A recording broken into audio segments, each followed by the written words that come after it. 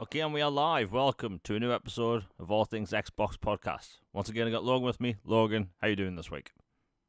Doing pretty good. Another day in the neighborhood. Can't complain. Weather's getting warmer, and it's a lot of good news in there. How about you? Yeah, I'm doing good. Unfortunately for me, it's high pollen season, so I am screwed. Oh, your face is just feels so full, and it's just awful, and yeah, Yeah, my entire face feels like it's a balloon that's about to pop, which yeah. isn't nice, but I'll get over it. You know what's weird, right? I never had this when I was a kid, but like the older I've gotten, the worse it gets. I don't like that. The trees have evolved, Jamie. Yeah. Oh, it's terrible, man. But hey, it's been a good week. We had the summer showcase last week. Well, the partner preview, but also we had the show afterwards, which was a late show. But we're back to normal times, and if you're listening in the UK or Europe, the clocks have went forward for us now. Thankfully, I'm probably like one of four people that are actually happy that the time goes forward. um, but we are here. Anyway, Logan, it's been a long week. What have you been playing? Yeah, I've pretty much exclusively been playing Disco Elysium, Nice. which it recently hit Game Pass. It was one I had had in my backlog. I'd heard great things. It was an award winner. I heard it was like one of the best RPGs made, which is pretty high praise. And I was like, you know what? This looks kind of quirky and odd. I'll give it a shot. And yeah, I've been loving it. It is very much worthy of the praise. It goes some incredibly dark places. It goes some hilariously quirky places and everything in between. And there's so much like how sometimes an RPG can feel overwhelming just from the sheer amount of customization or choices you can make and how they end up mattering in some intrinsic detail Oh yeah. you kind of way you never would have thought. This game is like that, but in the best sort of way. Like it's like the decision to shave or not, or look in a mirror or not, or phrase something a certain way, or like oh, my character has is like a walking encyclopedia of random facts, or my character is a raging alcoholic, or my character is, um, like rah rah for the police corps, all about the cop for life, the honor system code, all that. Whatever playstyle or thing you choose, it is like there's so much you can do with it. And the story is and characters are really well written. It's set in this kind of like alternate France kind of place, almost like Expedition 33. Oh yeah. So I was like kind of calling back to that a little bit as I play it. And yeah, just it's in Game Pass right now, so I would definitely recommend people check it out. You can play anywhere, so on PC or on your Xbox Ally X, and it's a perfect game for handheld. And yeah, that's basically what's been eating my time lately. How about you, man?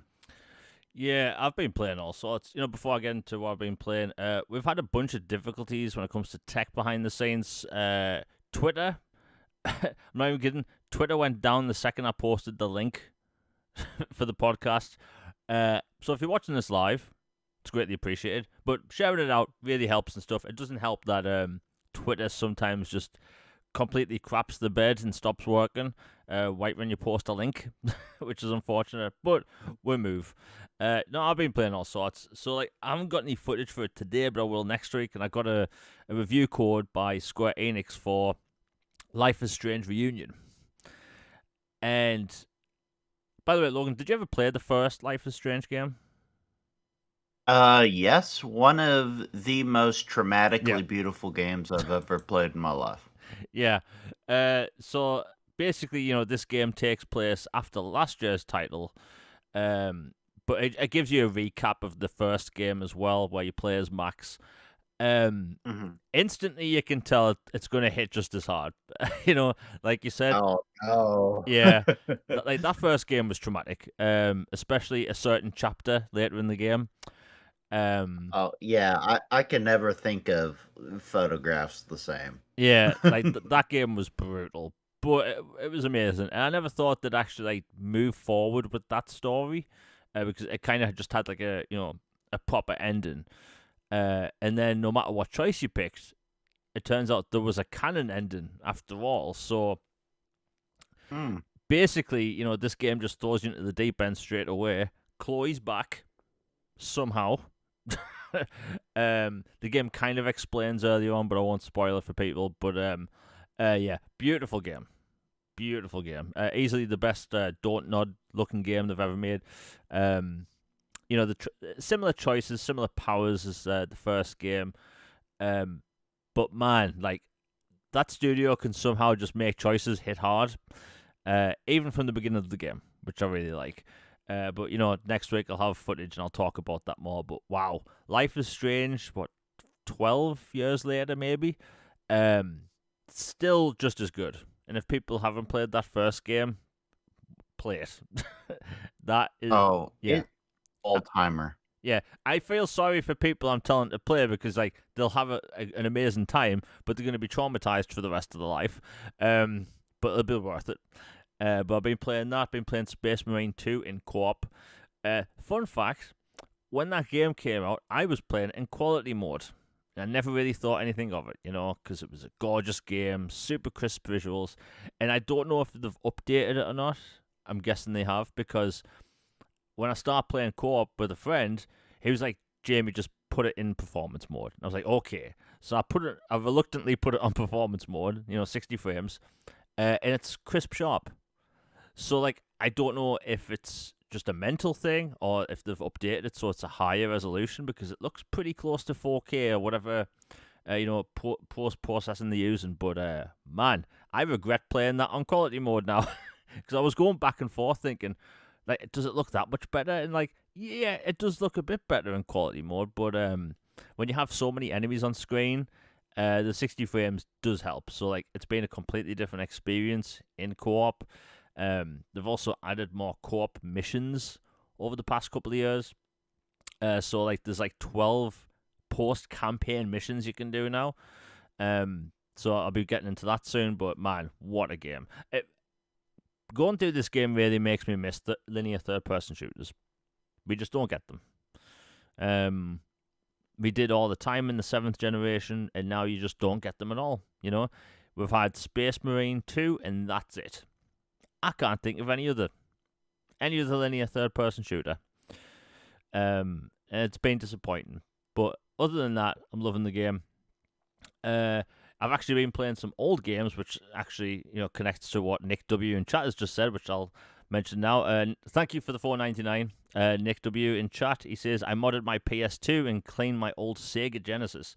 Been having a blast playing old Genesis games and the PS2 games. Man, I'm always wanting to hook up my old consoles. Because I still have my PS2. I have a PS2 Slim. I think that thing was like under engineered. It's like super thin and it gets hot super quick. But yes, I still have the Mega Drive. Unfortunately, I don't have my PlayStation 1. I could cry.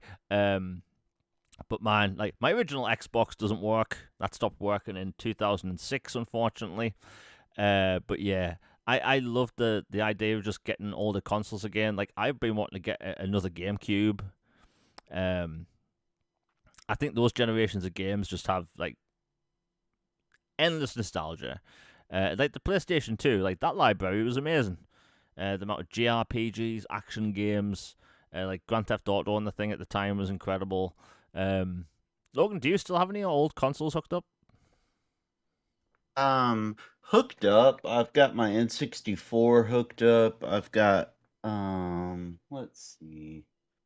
Yeah, my N64 and my 360, I think I still have hooked up technically, but I've got a whole bunch of classics in my closet though.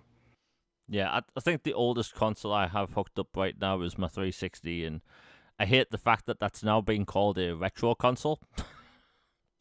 Yeah, I almost fell to my knees in a Walmart when I saw that Yeah, tweet the other day. isn't it GameStop that now lists that as a classic console now? Yep. Ah, heartbreaking. um, I always say people talk about modded PlayStations. Like I don't know the technical crap behind it, but like apparently you can mod them to a point where all you have to do is like put an SD card in, and you have an infinite library. I don't know much about that kind of stuff, but hey, I hope you're having a good time modding your PS2. And by the way, I actually like the look of like older consoles that have been modded. Like, have you seen those old Game Boys that have been like super modded? No, but I've seen the analog ones, and I really want one. Yeah, there's people that mod old Game Boys with like OLED screens and just like Dolby Atmos speakers and stuff. Like, basically, the pimp my ride of Game Boys. Which all That things sounds awesome. it's always cool stuff. But I like older consoles, and the best part about older consoles, before I get into what I've been playing, they still work for the most part. You know, like if No you grab Ring of Death bull crap. No. Yeah. yeah, like if you grab an N64 now, I bet no matter where it's from, it works. Like that console is basically indestructible. Like no moving parts. You didn't have a disk drive or a fan or any of that stuff. And they just still work somehow. Like my Game Boy SP, Game Boy Advance SP still works. My Advance still works. My old Game Boy still works. Like that thing could survive a nuclear blast. They uh, have, actually. yeah. In fact, I think I actually dropped my original Game Boy down a flight of concrete steps, and it still works, and like not damaged at all. We lost the ability to make tech that lasts for some reason. You could just look at a modern console and it'll stop working, but back then you can knock it over, kick it over, still works. Crazy. Um, but thanks for the 499, Nick. I really want to get back into retro stuff. I have been playing a lot of High on Life 2. I have been getting closer to the end and love that game. If people like that Rick and Morty style of humor, you're gonna feel at home with this one. It has 6 full movies in the game itself. It has a bunch of retro American TV adverts for like American toys from the 80s and stuff. But the really cool thing is there's 6 full, I think it's around 6 fully emulated games in the game itself. So there's like weird old NES games like Bible Story. Just like some really obscure games. But yeah, you get them, the collectibles, and you get an achievement at the end. But man, what a fun game! I love the first game so much. I think it's hard to tell which one's better because I think the main story of the first game was longer, but the side content is where a lot of the fun is in the sequel. And people have messaged us like, does the skateboard make the game hard to play? The skateboard basically just acts like Sprint. You can't run in the game, you use the skateboard. So it's basically just a fast and running animation. But hey, it just works. Super cool game. And we'll get into the first topic with the last game I've been playing, is Arc Raiders. I get that Arc Raiders isn't a lot of people's cup of tea because I know that a lot of people that listen to this podcast, you prefer single player games. And honestly, that's where I'm at most of the time. The problem with extraction games, you have campers. We've talked about this last week. Honestly, dealing with other people can be a bit of a mess. And I think that game's gave me trust issues. Not going to lie. Well, anyway, the new update came out today. There's stronger enemies, which are a nightmare. The existing enemies are angrier. And everyone's fighting to survive, yet trying to kill each other off at the same time. But it's a decent update. We're still in desperate need of a new map. Thankfully, that's coming in April. But I think once this season's over, and I think it's over in 28 days, um, I think I'm done. I think I'm done for a while. Simply because like the rank system in that game, you have to play and do certain objectives every week, and basically a different objective list you have to do every week, and to stay in the top 50 in the world of rank 6, I think it is. Um, I have to play basically an hour a day, and I don't like playing games like that. The main reason I don't like playing a lot of online stuff is like I want a game on my time, not not a company's, not a different person's timetable, mine. So I think when the season's done, I think in 28 days, I'm done with Arc Raiders for a bit. Oh, I'm just gonna not bother about the ranked stuff. I think Arc Raiders is the kind of person's nightmare if you have OCD, because if you have all this loot you can get in the game, and you have inventory management, right? And you have someone like me that I'm 90% sure I suffer from OCD, and I'm plagued with this inventory I constantly look at. Sometimes I'll fire up the game just to mess around with my inventory. I know for a fact that's not normal. I could be playing something else, and here I am sitting playing inventory management, the sim. But I love the gameplay. I love the fact that they're getting new mechanics and stuff, quality of life improvements. But for me personally, I like the extraction genre when it comes to PvE centric stuff. But I just don't understand how people are going to play these games for years. Like the amount of things to do in the game, there's not enough. Not enough that'll last years. Tarkov basically has just new content all the time that's looped over, and just there's more to do in Tarkov. But I think a big problem Marathon and Arc Raiders is going to have over the next 6 months to a year is sustainability when it comes to the player base. They have to. This is my big problem with online games and game development. Like they have to constantly make content, constantly, and that would annoy the living hell out of me. Like, if I know you play like Halo sometimes, and you've played Helldivers 2. Like when it comes to online games and live services, do you find that the lack of like constant new content is a problem? Yeah. I mean, I'm a patient guy. I can wait for things like if it's worth it and like really good content or something like that's promised and I know they'll deliver. But for a lot of these games that are built on a constant, steady cadence of good content, they're just frankly not delivering. Or it has these huge gaps of time, and then what you end up getting is like, really? This is what you're dropping after all this time? It's like, yeah, I get maybe it's a free season or, a cheap battle pass or whatever, but and I know it makes us sound old and we've talked about this a million times on the show, but honestly, I miss the era when you remember in Halo 3 and Halo 2 when there was like this add-on disc you could buy for Halo 2 that came with like a whole bunch of different maps Oh yeah, yeah. or and, like, I bought that expansion, and I remember Halo 3, like, I bought all the extra maps, and and then Call of Duty, I'd buy the extra maps or mission modes and stuff, and they were meaty, heavy duty, well done content. Like, these maps were awesome, and, like, some of my favorite Halo maps ever actually came from those, and Call of Duty maps came from those. And it felt like, all right, I'm waiting a little bit, but I'm getting my money's worth, or they'll get them out really quick, and it wouldn't be that much. And it feels like we lost something in the shuffle.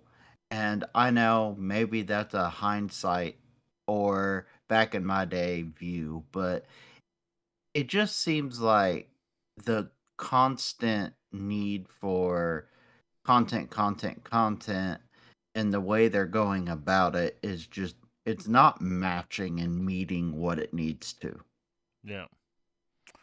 Because if you look at like things like MMOs, such as World of Warcraft or the Elder Scrolls Online, Hmm. a ton of new content's coming to Elder Scrolls Online next month.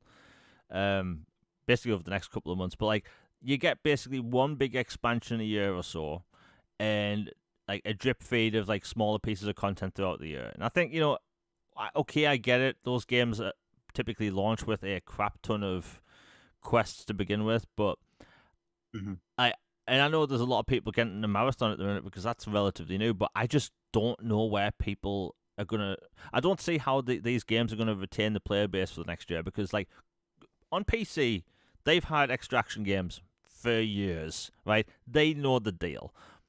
Console gamers don't, and I think that if you take all the console gamers on Arc Raiders and Marathon, like a year from now, are they going to be okay with the fact that we're going to have what, one or two, maybe more maps?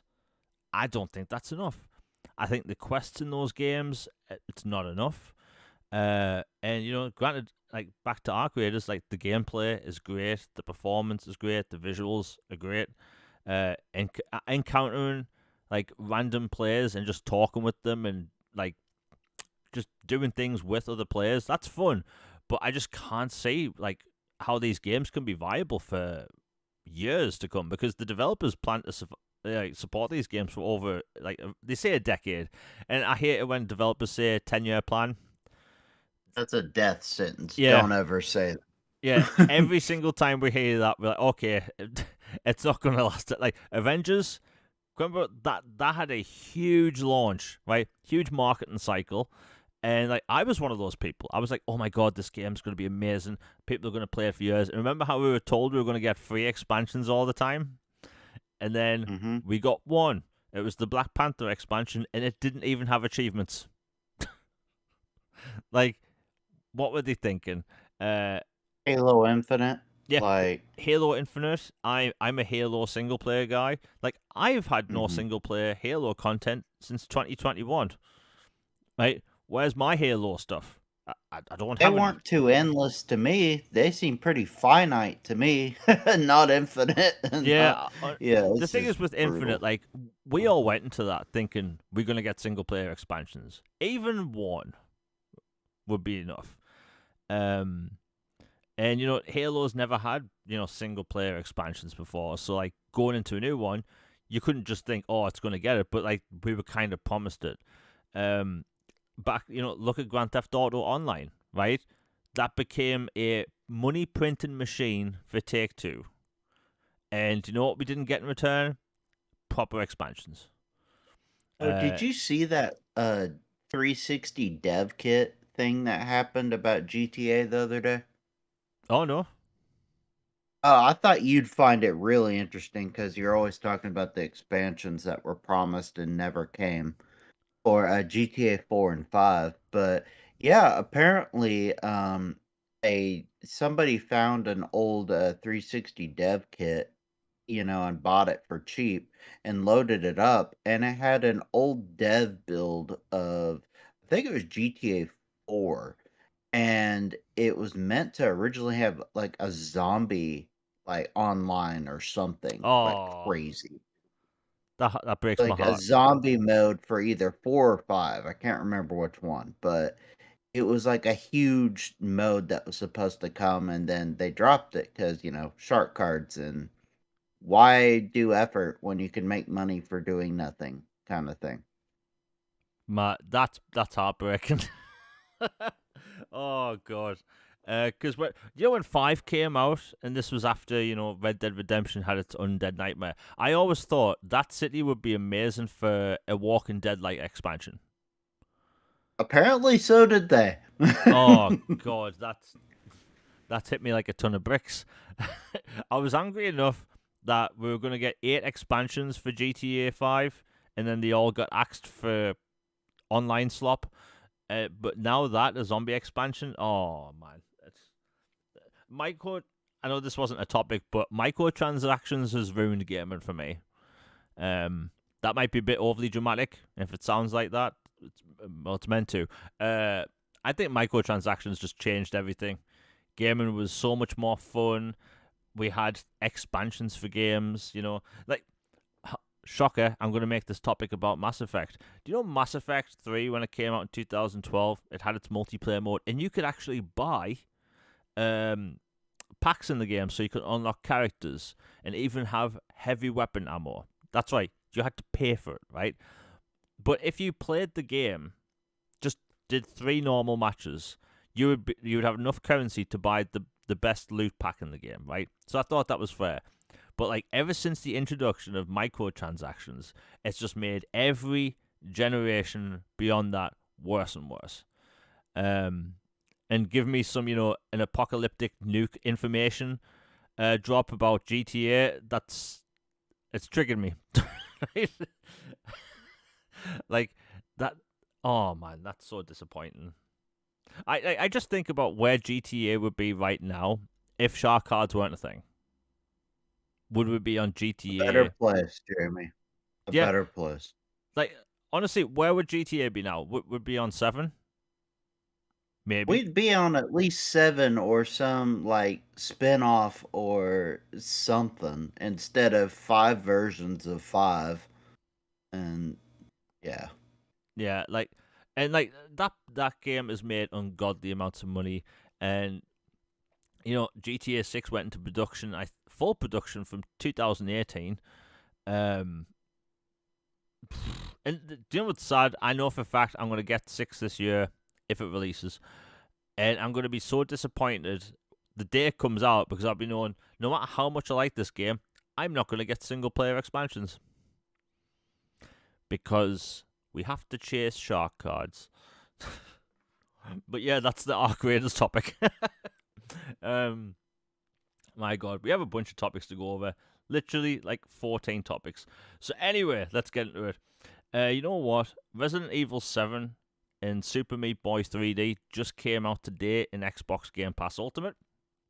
And I managed to play a bit of Super Meat Boy 3D. Let me tell you, going 3D, you'd think, is this game going to be easier or harder? I'd say it's harder. Because you have to get used to the 3D movement. The character moves almost exactly like the 2D version, but there's kind of a wall running mechanic now. And yeah, no matter how many times you die, when you eventually finish the level and you get the replay, you see all of them move at once. It's incredible. So if you're like me and you maybe failed more than a couple of times, it's very entertaining to watch. And if people don't know what Super Meat Boy is, came out during the 360 era, and in fact, it's one of the biggest indie games from the 360. There's a whole film made about it called Indie Game the Movie. And if people haven't seen it, please watch it. Great film. And basically, it's a platformer, but it's difficult. And this is 3D, and it's even harder. But it's fun. Soundtrack's cool. Visuals are cool. Logan, considering it only came out a couple hours ago, I'm guessing you haven't played it yet. No, but I actually just downloaded it before I hopped on the show, so I'm gonna check it out. Oh, nice. I love the original one. So. Yeah, hard as nails. Hard as nails. It was rather difficult, yes. That does seem like it would be the perfect game for Play Anywhere. Oh yeah, I'm gonna check it out on the Xbox Ally X. I think it's like perfect for that kind of thing. Yeah, I'm pretty sure it's Play Anywhere. But yeah, highly recommend people play that. And obviously Resident Evil 7 Biohazard. It does have an Xbox Series X and S optimization. It looks very pretty. And I have it downloaded. So I'm going to give it a go. I'm terrified. You should be. That first part is terrifying. Yeah. Oh my God. It's going to be brutal. But hey, those are in Game Pass. I'm sure a lot of people have fun with us. And also, Resident Evil 8's in Game Pass. So I have nothing stopping me now. And yeah, it's going to be nightmare material. Next up, we have Crimson Desert. Now, that game came out a couple of weeks ago. It's smashing the charts. It sold over 3 million copies. The developers seem very happy with the game. They're going to continue to support the game with future updates. As of right now, there's no talk of a expansion. but they're just solely listening to consumer and gamer feedback on the game, which I think's pretty cool because it's a successful game out of the gate. They're fixing things like controls, camera, all that stuff. Quality of life improvements. They put 5 new mounts in the game that will unlock straight away. There's a new storage box at the camp that unlocks for people, so you have infinite storage, which is cool. But the important part is they're listening to feedback, which is really important. There's no microtransactions, none of that. It's just pure single player game, full game. Logan, I know you want to talk about this because this past week, IGN put out their review score and they gave it a 6. Yeah, it's really funny is the apparently same dude who gave it a 6 gave Marathon a 9, which I know they're different game genres and stuff, but it's like, all right, that's a choice. And it just it's just funny how like IGN puts out these, pieces on it and then also tries to, profit off of it with all these click articles all the time about all the updates and this coming to it, but also dumping on it at the same time. It's like, well, which is it? Or are you just trying to ride both sides of the fence on this? And so that's been annoying, but the public support this game has gotten has been awesome. It is truly one of those like listen to the community and the creators out there rather than like quote journos, because the people who are actually invested in playing it and experience it and seeing what all it has to offer are getting a ton out of it and are really enjoying it. The game devs are listening to all the feedback. They're adding stuff constantly. Like, I wouldn't be surprised if they've all just moved their families into like the office and they just live there now at this point because there's like so much content coming out all the time. And there was a funny glitch that somebody found and used as an exploit, and then so many people saw it and thought it was funny and fun and useful that the devs actually took it, adjusted it, and made it an actual ability and skill, like where you can glide around the map and do stuff like traversal. That was originally just somebody spamming the sword mechanic Oh thing yeah. and would get across the map. And I love stuff like that. That's like, Bethesda embracing like funny bloopers during audio recordings for the characters or just these random little glitches and they just become lore. And it's just another good sign and I think this is a studio to support. I think they're going to be around a while and they say they hear people about the story being the weakest part of the game and they sympathize and understand. They focused on the things that they were best at, but I wouldn't say it wouldn't count it out for an expansion.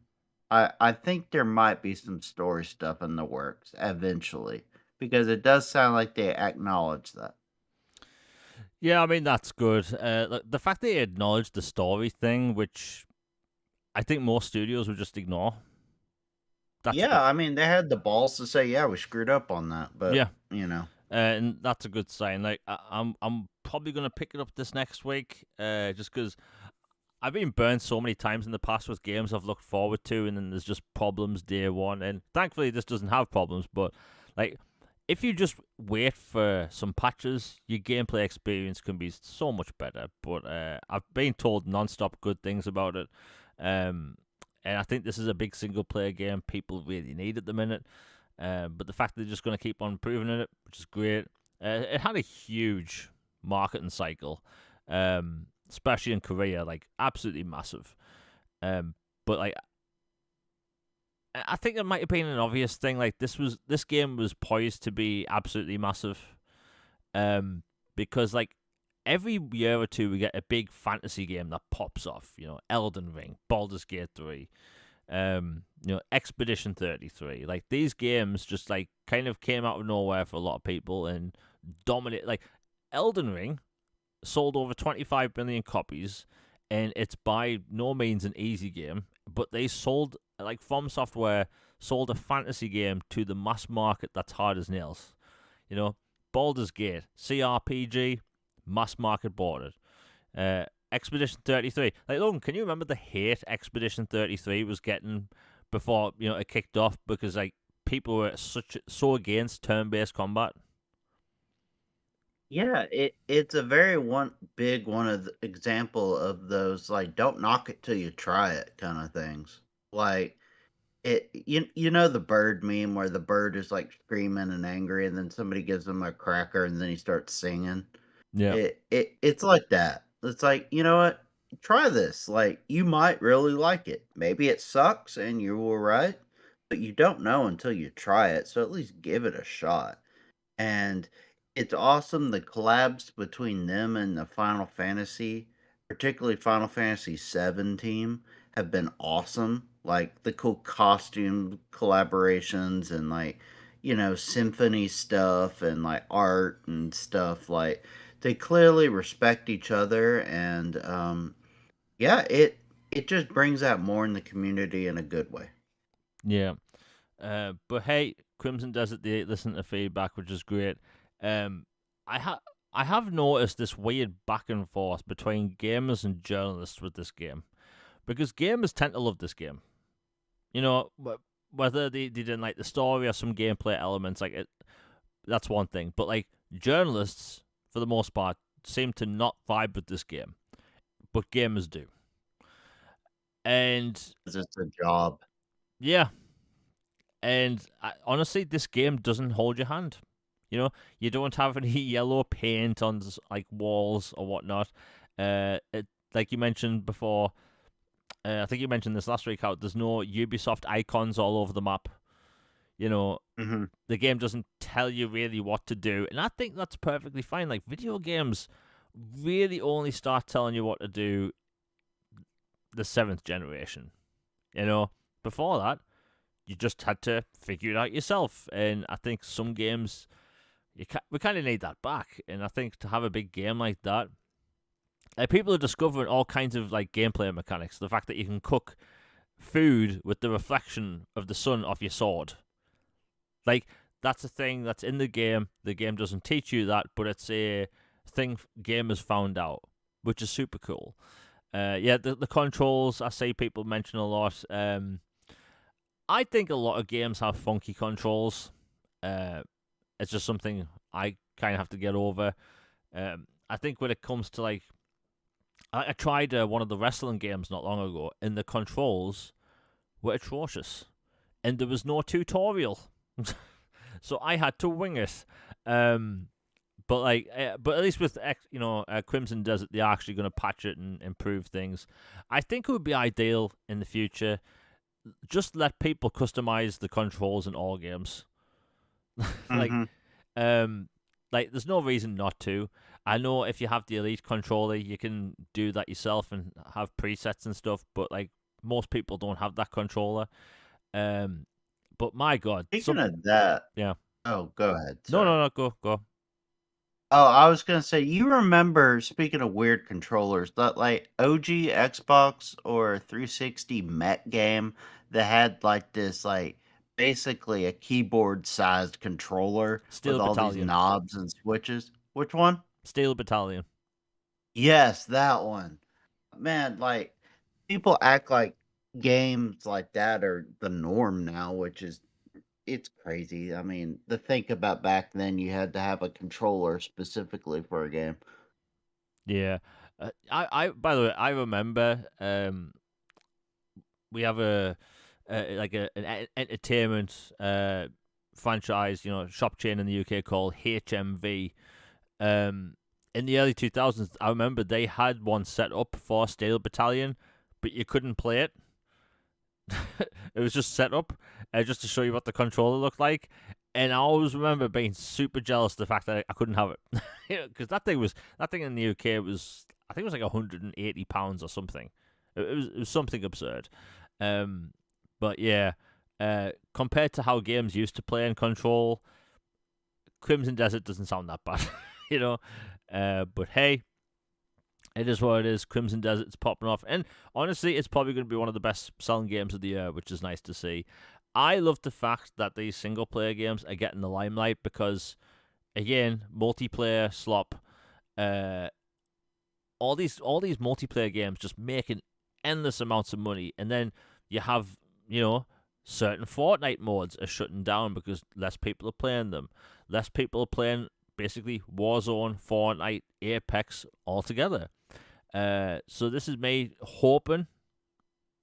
This might be coping a little bit, but this is me hoping that maybe you have average gamers that will only play things like a Warzone or an Apex. They are looking at single player games now because they actually offer something good. But again, that might be a bit of a reach. But hey, Crimson Desert popping off. You love to see it. Let's see what we got next. Oh, we actually have 2 negative stories, and we'll get them out of the way quickly because they're kind of disappointing. So Eidos Montreal has had massive layoffs. Again, they made the Deus Ex games. They're now at Embracer. That's a story and a half. Well, basically, they've had another wave of layoffs, and obviously, today they announced that they've cancelled a 6-year in development game. Man. Oh, sorry, 7 years. I think it's 7 years. I am absolutely heartbroken because they made Deus Ex Human Revolution. I adore that game. And, you think, like, when they were bought up by Embracer, myself and Logan, we were both happy. We were thinking, oh, Embracer's going to let them do what they want. Clearly, we couldn't have been more wrong if we tried. Yeah, I feel like a dum-dum on that one. I missed. I mean, look, from our perspective, Square Enix wasn't doing anything with them. They had multiple games cancelled for both of those studios. So, like, to us, where you had Embracer popping off, buying new studios, making new games, like, it looked like, oh, it was a good move. But, like, it's just been absolute nightmare fuel, They relied way too much on that Saudi Arabia deal to happen. And then when that fell through, all these studios start falling apart. And what's shocking, and for people that don't know this, a new Deus Ex game was pitched to Embracer as an open world RPG in the vein of Cyberpunk. And Embracer turned it down because they thought no one would be interested. Now, I could cry myself to sleep at night because, like, are you out of your mind?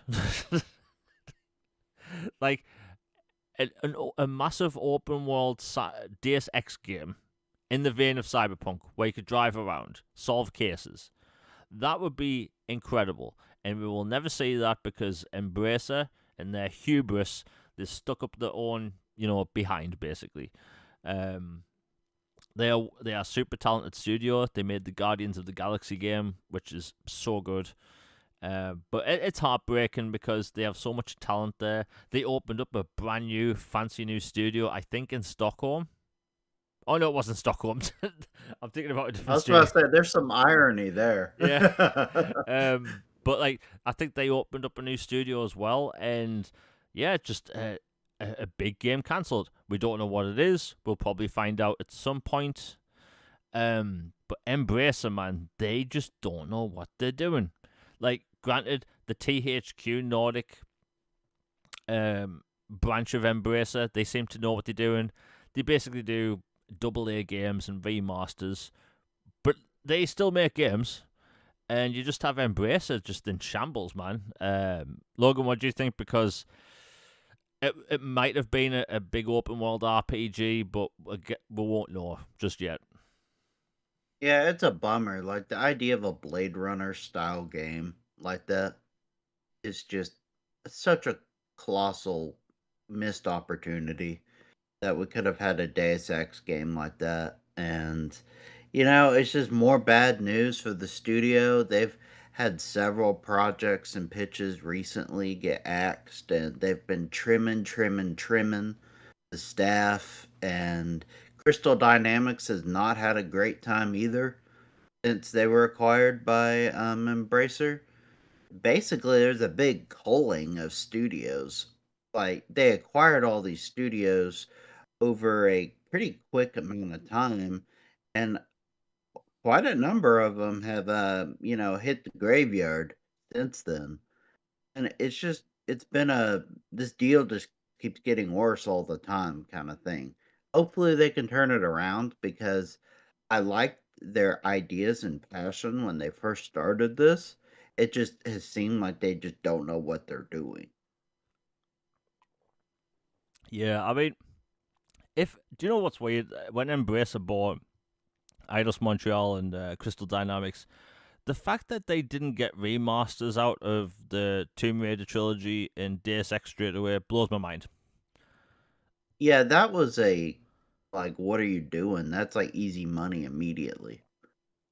Like, I think both of us thought, oh yeah, they're going to put out, a remaster trilogy of, the Tomb Raider survival games, or like Deus Ex Human Revolution is backwards compatible, thankfully. But like, how could they not put out like a 4K port of that? With HDR. My God, that piss filter in HDR would be glorious. I try not to swear, but I think I can make that one work. But man, it's just heartbreaking. Like, there's such a talented studio. Part of that studio is work. They are working on Fable. But that's like a completely unrelated thing. That's a small part of Eidos Montreal. But man, like, if anyone gets the chance, and I believe it's on YouTube, there's a making of documentary of Deus Ex Human Revolution on YouTube. It's incredible because they had everything going against them. They didn't think they could make a new Deus Ex game work at the time, and the game they came out with is incredible. And I will always defend that game, even though it has a terrible ending. It's about the journey, and that game's so good.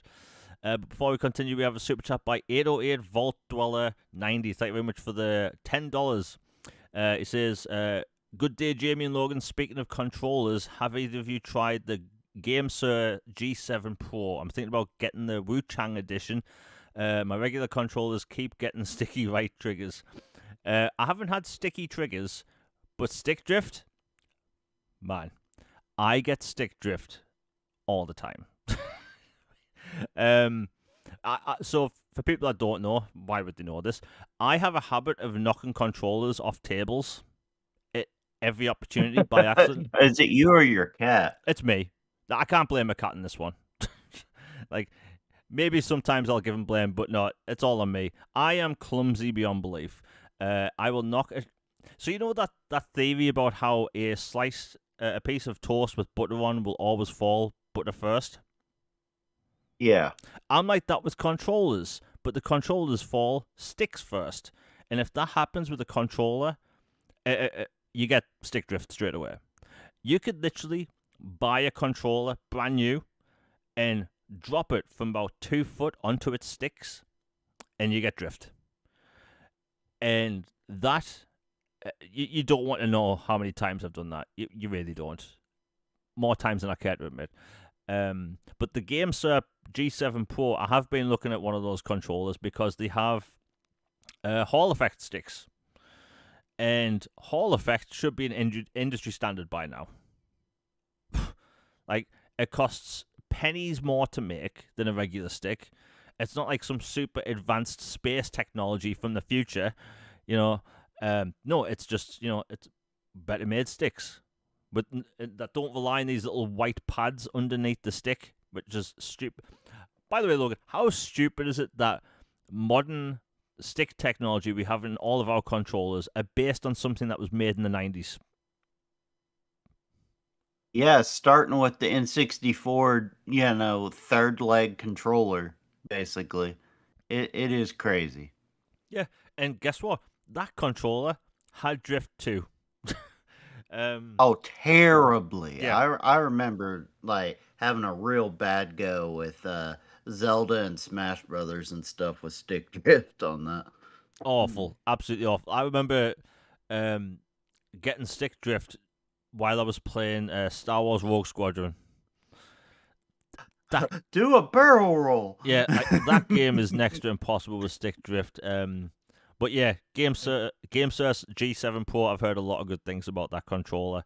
But yeah, all these controllers have issues. I always hear about people having stick drift on the left hand side on PlayStation controllers. I know someone that gets clicky, what do you call them, bumpers on the Switch controller.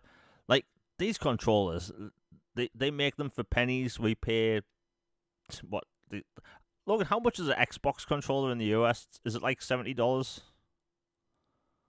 Gosh, it's been a minute since I bought a brand new one, but I think it was like 60 or 70 something for like the Forza Horizon 4 one, like the splashy rainbowy like Mexican art styled one Oh yeah. I got. And then um the Elite is obviously like 100, 200, but generally they used to be like 40 to 60, somewhere in there. But I know PlayStation raised prices on controllers, maybe Xbox did too. Either way, controllers cost way too much now, in my opinion. Hmm. And like, put Hall effect in. Honestly, hey, if I could buy an official Xbox controller with stick drift, sorry, not with stick drift. I was like, why would you do that? It's on the mind, but if I could buy an Xbox controller with Hall effect, just as an option, like, why can't that be a thing? Like, they have a store dedicated to controllers, right? With Design Lab, right? You can pick whatever shell you want, what colored sticks and buttons and stuff, which is cool. Why can't one of the options be Hall effect sticks? Like, that just seems like such a no-brainer. They could charge $10 extra Maybe dollars tweet for it, that. and I think people would buy it. I'd buy it. Like, I one of the reasons why I always look at the game's lineup of controllers when it comes to getting a new controller is that I'm a big fan of the Xbox trigger shape, and that's why I lean towards the official brand. But like, games are very close in design. But heard a lot of good things about that. Oh yeah, last piece of bad news today, and it's not official yet, but it's probably going to be made official in the next week.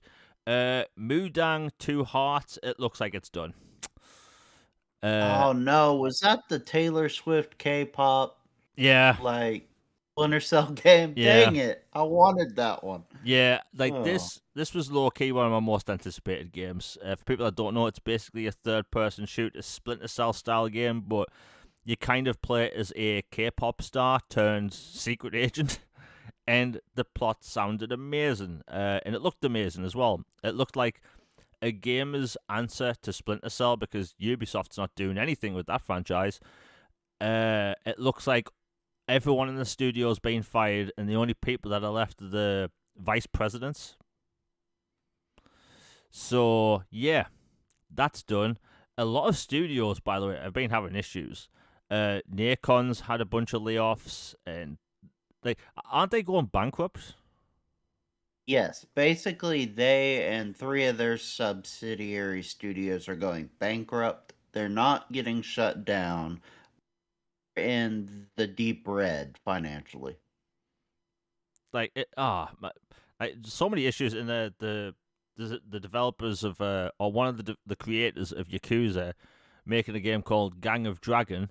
That game, the publisher pulled out. They have no more funding. So we might not ever see that ever. But yeah, Mudang Two Hearts. I could cry. Like, my God, as a Splinter Cell fan, do you know how many games we have to play that are remotely like Splinter Cell? None. Zero. Like, nobody's making stealth games like that for some reason. But yeah, it's unfortunate. Hopefully, someone picks up the studio. The good news is, it looks like the studio, or the two people that are still there, are wanting to maybe license out the game. So we could potentially see someone pick up the game and finish it off. Well, that would be nice. Yeah, so like, little teeny tiny paper thin silver lining. So hopefully something happens with that, because my God, we see this happen way too often where games get canned. You have Star Wars 1313 that's sitting on a server somewhere, like, people would buy that, and that I don't think that's actually controversial to say that 1313, despite the fact we only saw one scene, would have printed money. It would have been incredible. M-rated Star Wars Yeah. Shadow Underworld game. Yeah. But yeah, man, it's just so many canned games. It's heartbreaking. But if anything happens with that IP in the future, we'll obviously talk about it, because my God, we need more stealth games, especially linear third-person shooter stealth games. My God, where are they? They don't exist. Okay, so I want to talk about this quickly because this is fun. So last week, Xbox had their partner preview event, and Dispatch was there, and a lot of people were very happy that the Xbox version got announced. I'm happy, and look, I didn't predict it because I knew something behind the scenes. It just, the studio almost went belly up. Thankfully, it was a smash hit when it released. They could only afford to port to one platform at a time. It came to Switch, I believe, in February. And, Xbox was obviously going to come next. So, for me, it just seemed like an inevitability. So a partner preview made more sense because there was a lot of eyes on it. Well, the interesting thing is that out of all of the trailers from the Xbox partner preview, Dispatch has the most. Not some big third-person action game, not some indie game or whatever, but Dispatch of all games. And I thought that was really cool. It just shows that, a lot of people were wanting it. But the replies, I wanted to talk about the replies because I had a bunch of People replies. are thirsty on that game. Yeah, oh my God. But the replies on that message was that people were saying, but views don't equate sales. Where's my proof that these people that viewed the trailer are going to buy the game? And honestly, I think my eyelid twitched. Is that what we're doing now? Right? Because I just thought it was cool that, out of all the trailers that were there, this, cartoon, adult-centric superhero game is getting all the views. That was the point I was making, right? But, the fact that these people come crawling out the woodwork trying to pick fault with something, and there's people that all they do on the internet, they have to whine about something, right? So, are they all these people that viewed the trailer? Are they going to buy the game? That wasn't even my point. And if that, you could say the same thing about any trailer ever, right? Some trailer goes viral.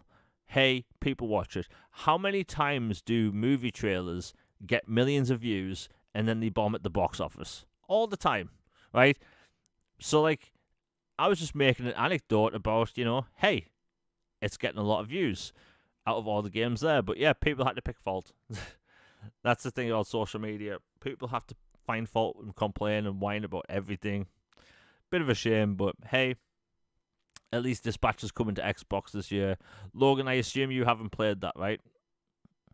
I have not. I almost picked it up on my Ally X because I really was in the mood for a Telltale style game at that point. But I waited because I figured it would inevitably come to Xbox, and yeah, my patience was rewarded. A partner direct seemed like the perfect place to drop it.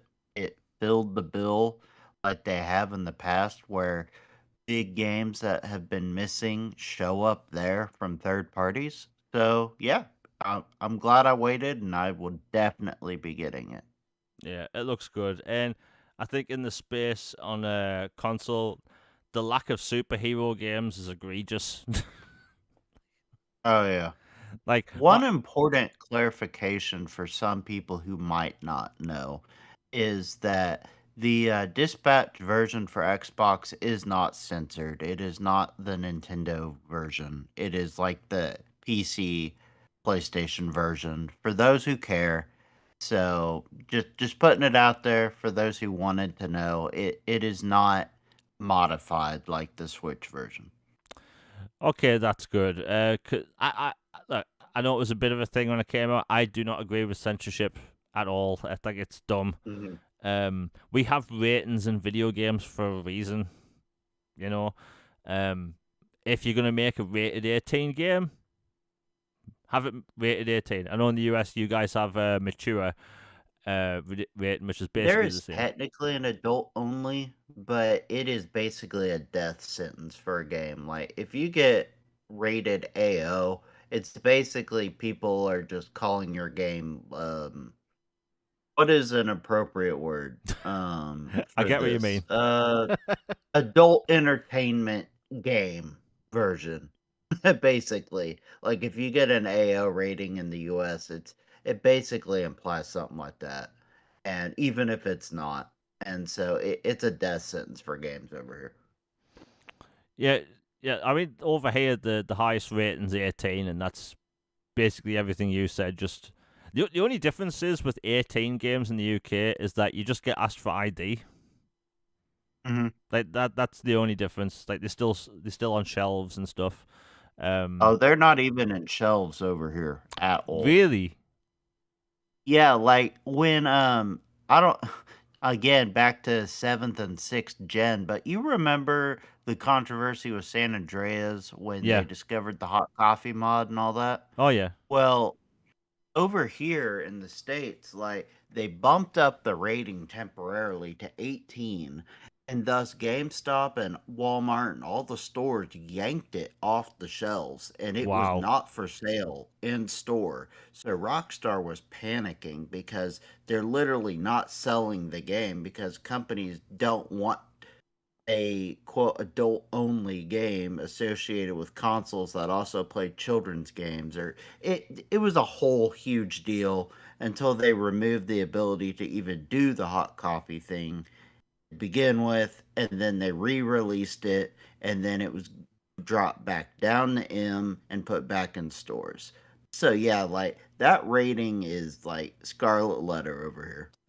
Okay, from what you just said there, a lot of things are making sense now. Because like I've always wondered, like I always hear people in the US talk about how an adult rating's bad, but I've always thought like, but you just show your ID, so now I know. No, no, no, no, no, no, no. It means much more over here. Okay, yeah, that makes much more sense because like I remember when San Andreas came out, like that was the first game I remember people were getting ID'd about. Mhm. Um, and you know where I lived, they didn't really care. They just sold it to anyone that wanted it. Yeah, Um, exactly. and like we used to have like two stores, literally about 8 feet away from each other. One of them ID'd people for San Andreas, and the other one didn't. Right? I bet which one had better business. Yeah, yeah. So like, game. I think it was Game at the time. Like their copies were flying off the shelves. In HMVs, they had literally shelves full. Because like Game had a huge line outside. You had kids, adults, teenagers, whatever. And I remember like my friend ran up to us saying, "Look what I just got! Look what I just got!" Because he wasn't 18. And he was like, panicking, like thinking, like, "Look, I got this thing." And I remember they were doing this thing where you got like bandanas or whatever at the time if you like pre-ordered it. But yeah, man, game ratings bit weird. But hey, now I know why adult ratings don't make sense in the US. So yeah, you learn something new each day. Let's see what we've got now. Okay, this will be fun, and I've been wanting to talk about this all day. The RAM situation has been annoying for everyone because, let's be honest, a lot of the crap you see online is caused by the RAM spike in prices. You have these companies such as OpenAI, random bunch of letters places. They've been investing in server farms to, I've been saying for the past year, it's a bubble. It's like the bloody .com boom in the 2000s, right? Where all these companies and all these businesses were coming up out of nowhere. They were making a website and they couldn't monetize their own website because that wasn't a thing at the time. And then all these companies went belly up. Well, with all the computer and AI stuff, I'm just going to say computer stuff. These companies can't make money from it, right? Someone makes a meme about a cat fighting Godzilla, they're not making any money. So like I've been waiting patiently for this to blow up in all these companies' faces, right? Because it was inevitable. Like pumping billions into something that isn't making money is ridiculous. So anyway, over the past week, I think two companies are going belly up. OpenAI, they basically going to run out of money next year. Google has found out a way to use 1/6 of the RAM capacity for this stuff, which is good for us consumers. One of the companies that make RAM modules, they had a huge stock drop in price. Stock value, because of this whole situation. Because this company, by the way, I keep forgetting it. Is it Micronoise or Micros?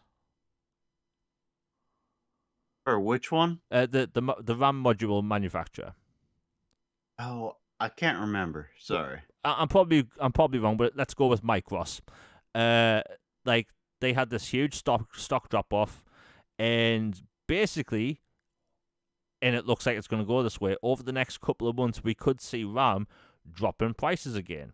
You have the Steam machine, which is meant to come out in the foreseeable future. They haven't announced a price because of everything going on at the minute. Hard drives, SSDs have all jumped up in price because of the whole crappy situation at the minute. But thankfully, it looks like things might be going back to normal. It'll take a couple of months, but that's the good news. Because, my God, I've been sick and tired of opening up social media each day and just seeing the Rampocalypse go on, you know. I've been meaning to buy new RAM for my PC for about a year, and I had the opportunity to buy it in June for £40, and I said, stupidly, I'll wait for a sale. It's now £230. So, you know, excuse me while I cry myself to sleep. But yeah, not the best time to want to upgrade your PC. But it looks like all these products are finally going to start dropping in price because, my God, it's taken way too long. Logan, what's your take? Because we've both complained about the current situation with hardware, but it looks like this is a good step because these companies are failing. Yeah, I'm glad they're finally getting some traction and some things resolved on this front. And I mean, my goodness, what a failure on previous gen that they made it to where only a few places in the world know how to make some of this stuff instead of localizing here and then where you live and some other places. Yeah. Like it seems like a colossal failing on those regimes' part. Like I know hindsight's 2020, but hopefully this will speed things up and we have way less issues because the idea of RAM or silicon or some of these other minerals and ingredients needed for tech devices being, labor specific or location specific or reasons has been a massive pain. So I'm glad they're resolving this. Okay, yeah, I see Drake and chat mentioned there's 3 RAM manufacturers in the world. RAM module manufacturers. You have Samsung, SK Hynix, and Micron. So, like, Exactly. Only three yeah. folks. So, like, back to your point, considering every device has RAM now, how the hell is the only 3 companies making them? Like, We have it in cars now for crying out loud. yeah, Like everything. yeah, cars, smart fridges now have RAM. I'm pretty sure microwaves have RAM. Like, everything has RAM now. And my God, it's a complete mess. Complete mess. Like, for people that are fully upgrading their PC or buying a new one right now, my God, I feel sorry. Right, my friend who has a beast of a rig, he told me he looked up the price of his RAM now. It's like £700. Like, really? Like, when he told me that, my eyeballs nearly popped out of my head like it was Total Recall. Because that's just ridiculous. Like, how do you... Just for memory. That's insane. Yeah, it's stupid prices. Like, you can buy a whole console for that. Barely, but we're going to be talking about the price thing in a minute.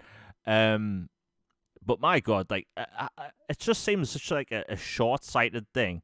Every device needs RAM, so we have 3 companies making them. Like, no one else want to get in on that action? like, I get it. It's all like, limited minerals and stuff. But my God, like there has to be some alternative. I'm not exactly the most like tech savvy person. Like I know when I talk about consoles and the software and stuff, but not this stuff.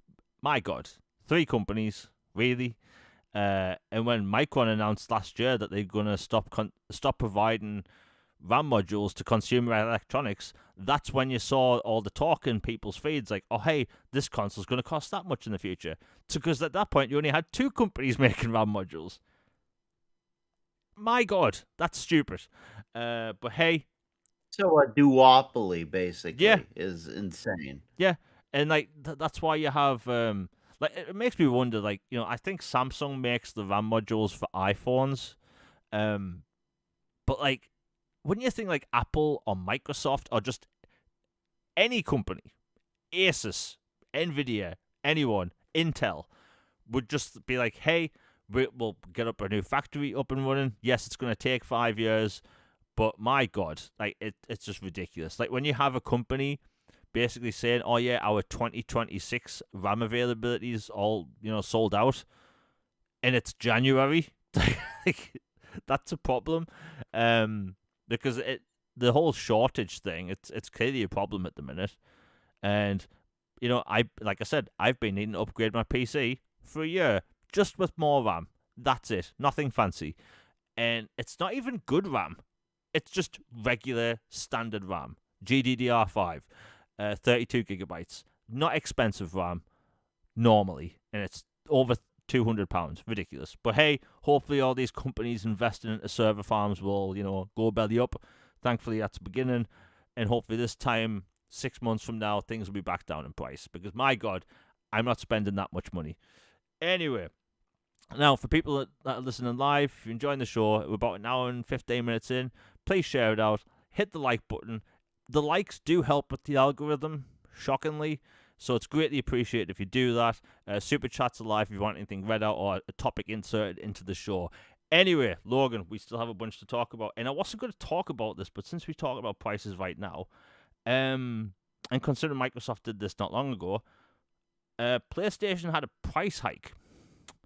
That they did. Jim And got out when it was good. yeah, in this generation, like both companies have raised the price of their consoles several times.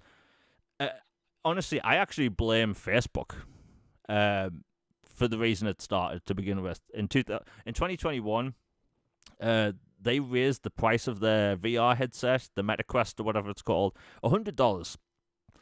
And it was so out of the blue, and it hadn't happened before, that like it made me go like, that's a bit weird. A VR headset going up in price. And then PlayStation raised the price of their console. Then Xbox did it in 2021. By the way, that was before tariffs. That was before RAM stuff. And then fast forward 2 years, they both raised the prices again. Then people blame tariffs, and now people are blaming RAM going up in price. Well, anyway, PlayStation announced a bunch of their prices going up because they're the latest to do it, and honestly, the prices actually surprised me. So I'll talk about these in dollars. So the PlayStation 5 is going up to, this is the standard one, is going up to $650. The digital edition is going up to $599.99, so $600. But the PlayStation 5 Pro, $900. That's $200 more than its launch price. My God! And by the UK price is $570 for the PlayStation 5, $519.99 for the digital edition, and £790 for the Pro. Wow, that's crazy. That's absolutely crazy. 1K for a mid-gen refresh. Oh That yeah. is So if you want the that's disc drive, ballsy. yeah. If you want the disc drive, and I know you guys like do tax afterwards in the US, so like that's $1,000. That's over $1,000 for a console. That is crazy. And I don't care who does it. Like by the way, I've actually had blowback on this on social media when I said I don't like anyone raising price for anything. Like it's not good for the consumer. Right? I don't want Why to. do you want to pay more? Yeah, Like straight up. like Why? Do you gaming is want the to be milked? yeah Yeah. gaming is the only medium where people will celebrate it. Right? Hey, I want to pay $80 for a game. Hey, let me pay $1,000 for a console. Like no, like a, a console has always been an affordable way into gaming. Right? You have PC, you have unlimited options with PCs, right? You can make super beefy, powerful thing with neon lights that'll do anything, or you can buy like a Raspberry Pi and have an emulation device, right? Any range of PCs you can do, um, but consoles are meant to be like just a cheaper, simpler option in the game, and also consoles are these mass market devices that they can sell to people at Christmas, right? You can't do that with $1,000 device. You just can't. Um, and and for people to think, oh, I'm just mentioning this because of PlayStation. I've mentioned this with Xbox. You can't have $1,000 console. You just can't. Nope. It's a bad idea. And my little theory, and my theory is the exact same as it was 2 years ago. I think these prices are going up, not necessarily because of RAM. I think they are testing the market to see what they can get away with. Because consoles they've always been sold at a loss, right? I think Nintendo's rule used to be if you buy a console plus one game, the console would make a profit. That's how it would work. I think these companies are wanting to test the market, see just how far can we get away with it. Because remember when this generation popped off, no one can get a console. You had people buying them in bulk, selling them online because they were scalpers, and for a lot of people, they couldn't get an Xbox or PlayStation for like months after they came out. This time around, are you going to have people scalping them for $3,000, $4,000? I just think it's an absolute mess. And I don't think it has anything to do with the Rampocalypse. I really don't. I think it's these companies testing, just pushing the consumer. How much can we get away with? I think the same thing about game pricing as well. Logan, what's your take? Because the price going up came out of nowhere last week. Yeah, like contrary to what some may think, like I really don't think prices should go up in general. I think it's a terrible idea. Like you and I have been on this since the first episode of the show. Like no, we don't want to pay more for things. Why would we want to pay more? Like I know gaming is a quote luxury hobby, but, at its base, it's also fun games that families can play or people solo or whatever. And it's meant to be something encompassing for people of all ages and backgrounds. And that was one of the big selling points of a console to begin with, is that it's something a normal traditional family could have, not some, you know, somebody who happens to have a pretty hefty paycheck that can afford to play the game, so to speak. It was reasonable, and it doesn't need to be thrifty and it doesn't need to be charity, but there is a point where it's like you price out the normal quote people. Like 1,000 for me for a console, like if it was truly the end all be all and did everything I could possibly want and more, uh, I w- I would probably get it, but it again, like I'm part of a certain audience and group for this. But for a traditional had the Fortnite crowd or the general like play a few different games beside the casual games or like a Game Pass subscriber only kind of family, that is a DOA price Yeah. for a traditional family. Like for single people or people with that are luckily blessed and come from a decent amount of money and can afford this kind of thing, it's not a deal breaker. But I think for the most people, especially in today's society when everybody's content just to doom scroll and TikTok and play on their phones or iPads, I think that would be a real tough sell. Yeah, I mean, we've talked about before, like the average gamer now will play only free to play slop, right? And like, are they gonna buy $1,000 device to play a game that's free? No, they'll just buy a controller and, cloud it to their phone or iPad or TV and Yeah, do it for that. and they probably have a device like a console that already plays that game. you know, like Hmm. the the consumer that only plays Fortnite, right? And let's say they own an Xbox Series X or S or PlayStation, right? Why do they need to buy a shiny new console to play Fortnite again? You know, I think those games already do 120 frames on those consoles. At least there might be an option, but like, who are they selling the console to? And like $1,000 is just absurd. Um, and I know a lot of people this past week have joked about like the Pepperidge Farm thing. Like I remember when consoles used to go down in price, but it's true. You Hmm. know, it's so I true. have a Like, good example of that. so I say that again. I was saying I have a good Oh example yeah, of that because I remember going and buying, like, within the first few months, a 360. Back then, there were 2 models that launched. There was the ones with the hard drive and ones without, like oh the yeah. arcade edition and then the other one. I got the one with the hard drive, and it didn't even have that much memory, but it felt like a lot to me at the time. And I bought it for a certain price, and then towards the end of the generation, I had Ring of Death, needed a new one. I went in and got one of the elite ones, like the slim, shiny, metallic with the LED, like, Oh yeah. green light and, like, the huge amount of memory, which at the time it was like 240 gigabytes or something like that. It seemed unholy amount of memory at the time. And it came with 2 games, came with Alan Wake and, Forza Motorsport 4.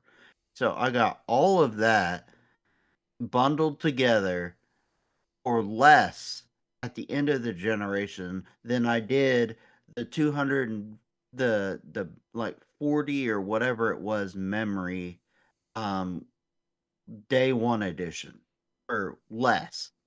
It was crazy. Yeah, my 360 Elite, I think that came with Call of Duty 4 and maybe some horror game. I can't remember what it was. But like that was cheaper than the launch edition, which had how it was 11 gigabytes, wasn't it? It was a 20 gigabyte hard drive, but it only had 11 free, if I remember Yeah, correctly. it was tiny, laughably now, but But like that was cheaper and it was a better option. And I remember when I got my 360 Slim, that was even cheaper, and that came with 250 gigabytes. And if I remember correctly, it came with Lego Star Wars 3, Need for Speed. I think it was Need for Speed. It was one of the Need for Speed games that came out in the late 2000s. Um, and I think another it came with Call of Duty Black Ops, even though I already had it. But like it had 3 games, 250 gigabytes, and it was even cheaper. Right now, and by the way, I will always praise this. I think the 360 Slim is the best design console of all time. I yeah, I mean it's a pretty gorgeous console. That and the GameCube for some reason I have a soft spot for, but yeah. Yeah, like I remember like getting that thinking, oh, it's got 5 USB ports, and it's got a different port for the Connect. I adored that console. So good. It was quieter. Never had any issues. I've still got it hooked up, right? Like that's how good it is.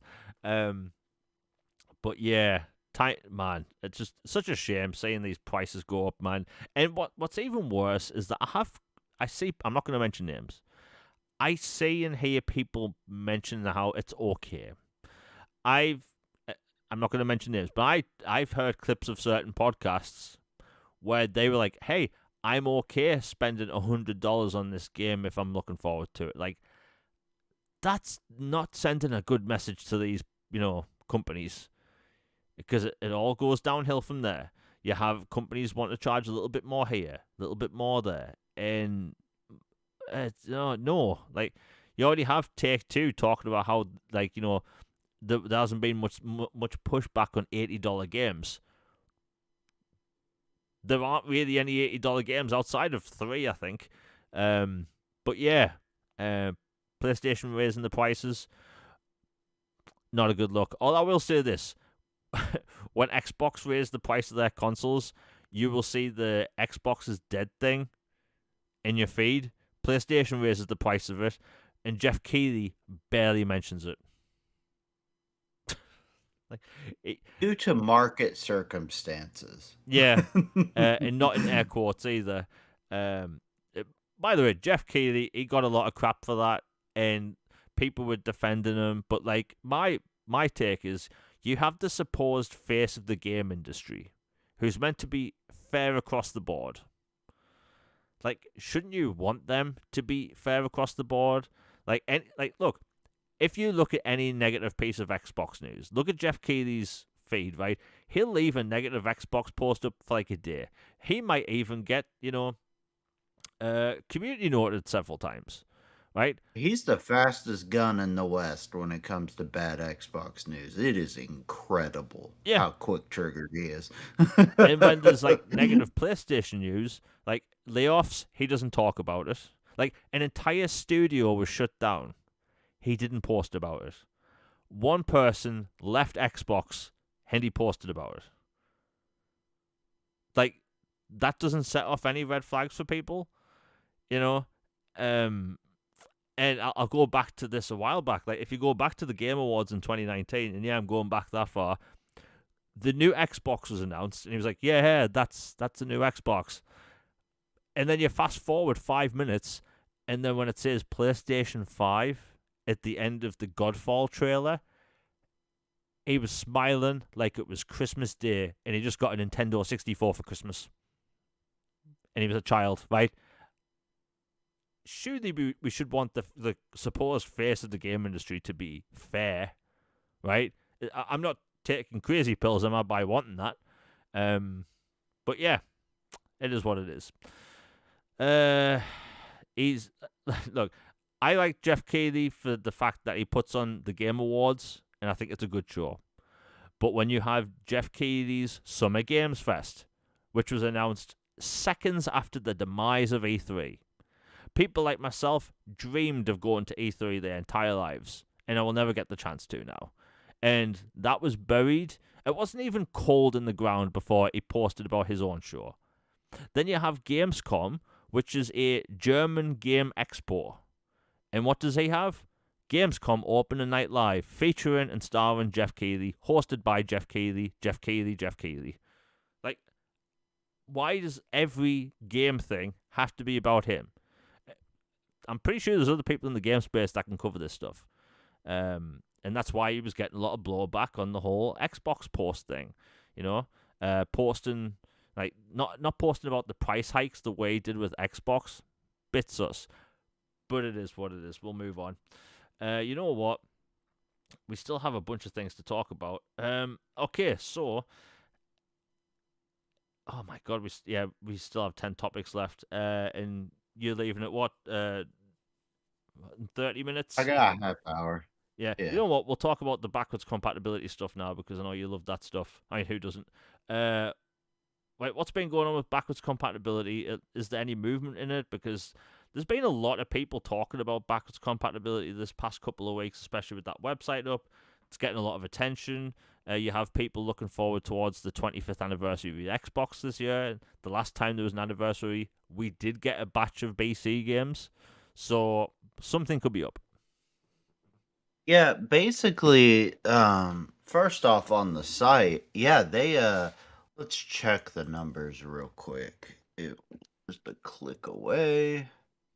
They have now crossed 121,000 votes cast. So yeah, people have been flocking to it and engaging in it, which is awesome news for the community. It shows that there's clearly a desire for these games to come back and be playable on modern and future Xbox devices. And yeah, again, for those who are unfamiliar or maybe missed, you sign in with a Google thing, and then you can Games here, vote and 10 there's even times a some day, bonus or games 10 in as votes well. per day. So vote for your top 10 you want, and then the next day come back and yada yada yada. And yeah, so that's been blowing up. Um, Asha just tweeted out the other day that the anniversary event is coming June 7th, and that Xbox Fan Fest is returning as well as part of the festivities. That she said it was one of the first things that she heard when she took over, was that was sorely missed and needed, and that it meant a lot to the community and to the people that work at Xbox as well. So that is returning.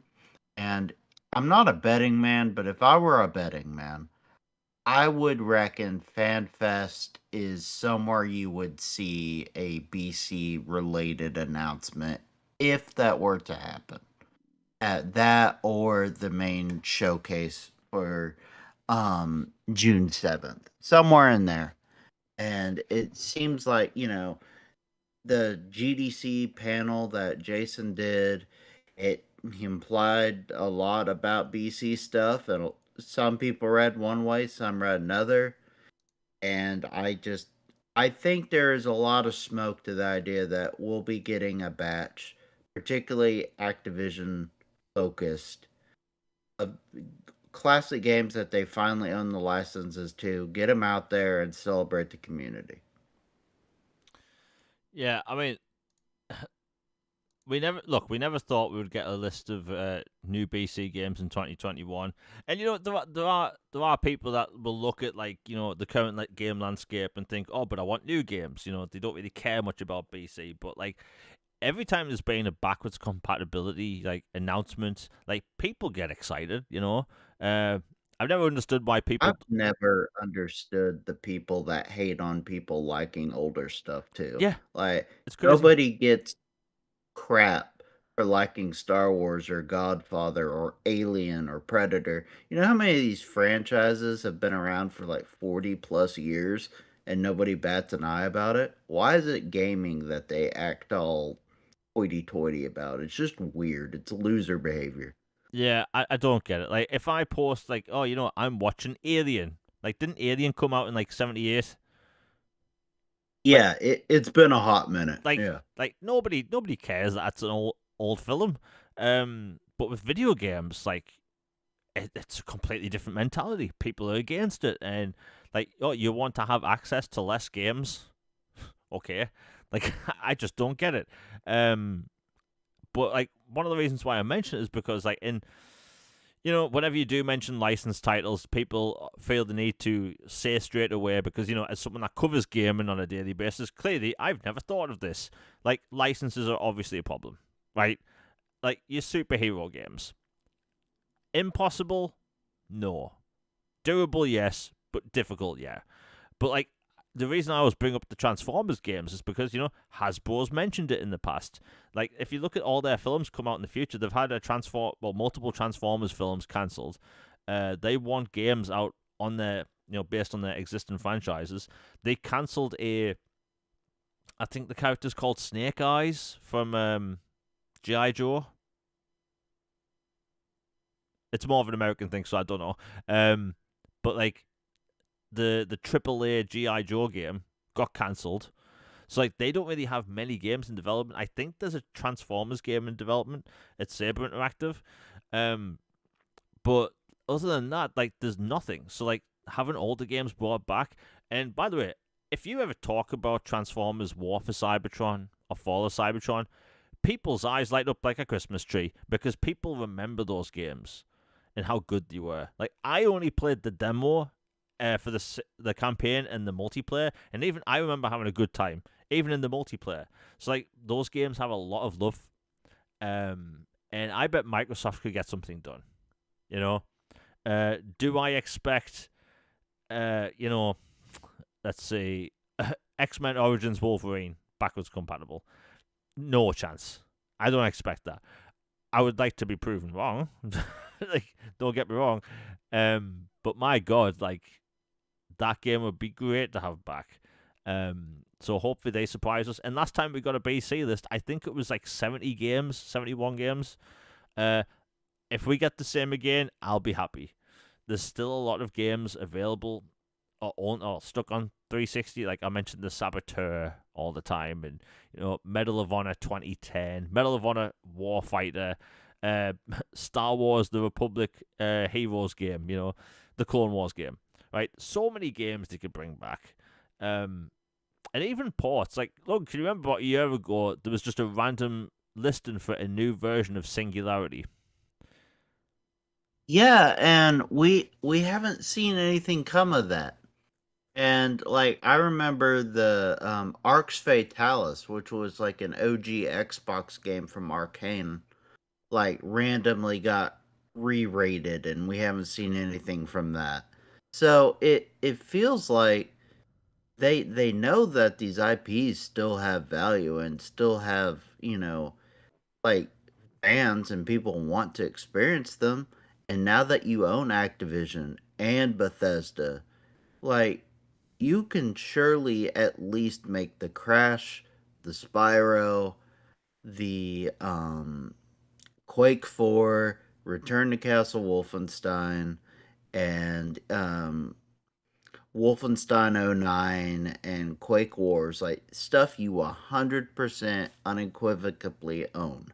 You can make those BC now. Unless there's some tech issue, which, I mean, I trust the wizards at Microsoft to solve things, but if there's something even they can't solve, so be it. We get it. But if it's a quote, oh, but ownage thing, it's like, y'all own these. That should not be a problem anymore. Yeah. But hey, Would you like to hear a fun stat?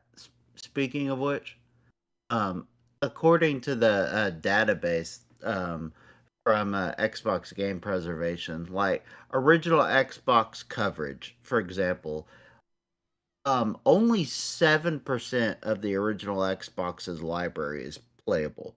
wow. Only 7%. So 93% of the original Xbox's library is not BC. That is how small a trove of games there are. Which, I mean, at least we have some, so I'm very grateful and happy. But 93% was not even playable from the original Xbox. And then you hop the 360, it's a good bit better. It's 27%, but it's still 73% of the 360 library is not even playable. So there's still a lot out there. Yeah, I mean, if you look at like how many indie games were announced that generation, like during the indie boom, like remember Fez? Oh, yes, I love that game. That's not BC either, which Yeah, is crazy. crazy. And that game was huge when it came out. Although there was a bunch of drama with the creator of that game. Um, Oh, yeah, there's that. yeah, what was his name? Phil Fish. Can't remember. It's been a while. I mean, like, heck, even Minecraft had its own controversies Yeah. back then. So, Um, but like I remember like Fez, brilliant game, super smart. Not BC, and just like there's so many games, you know. But hopefully things change this year. I just think that if you Microsoft like use some of that power, right? Use your lawyers. If Epic can get Star Trek and Star Wars in the same game, I think Microsoft can move mountains to like get something backwards compatible. I always mention the Spider-Man games because there's a lot of cool Spider-Man games people would love to play. But yeah, hopefully we see something in the next couple of months. Let's see what we have now. You know what? I'll mention this quickly. So, PlayStation games on Xbox. Now, nobody's talked about this, and it actually surprised me. So, when Helldivers 2 came to Xbox in the UK, it was number 1 and I think number 3 on the chart. Did really well. Same with Marathon. Marathon did really well in the UK on Xbox. But imagine my surprise to open up the Xbox store yesterday, and at number 1, I'm not even kidding, in the United Kingdom, MLB The Show was number 1. a baseball game. No, most people in the UK don't even know what baseball is. I've watched baseball. I have no idea what the rules are, right? But like, it's number one in the UK.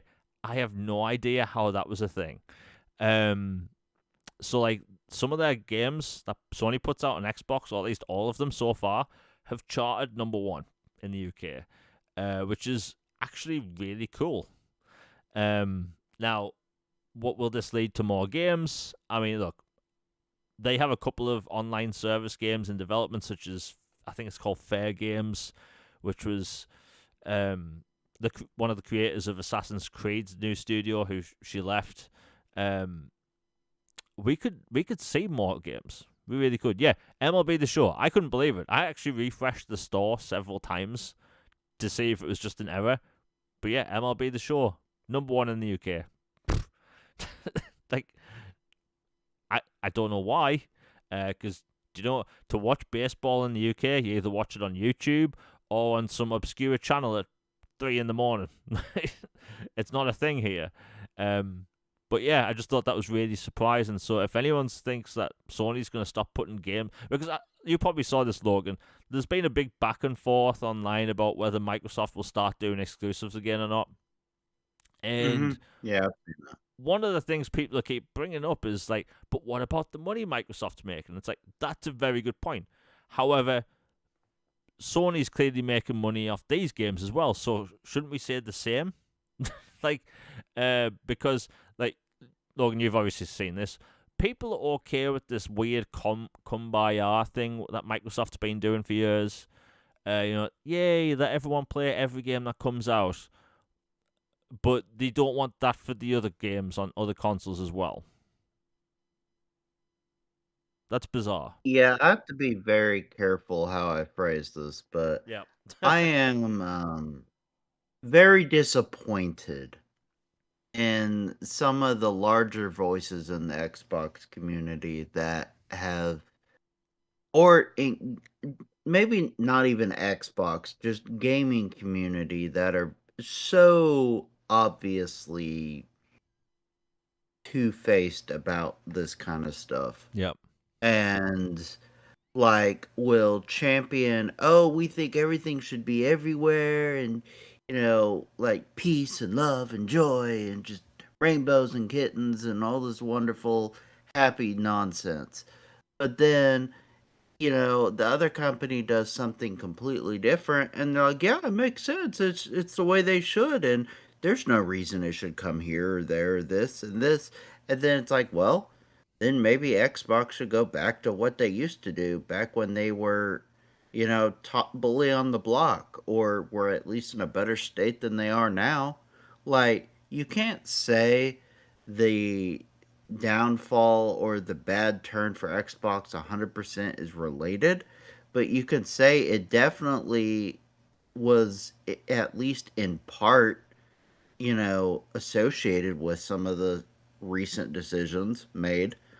And I just think that it's egregious and obvious what some of these folks are doing. And then, they continue to get free stuff and, you know, you know, kiss the baby, shake hands like politician stuff. But it's egregious and ridiculous. I won't go into specific people. That's not who I am or what I'm gonna go about. But it's obvious, and it's a bad look and annoying, and I'm just tired of it. Yeah. I've seen people even have a go at Microsoft today for announcing the whole FanFest thing, right? I've seen a couple of people mention that it's a parasocial relationship thing. Oh, And that again?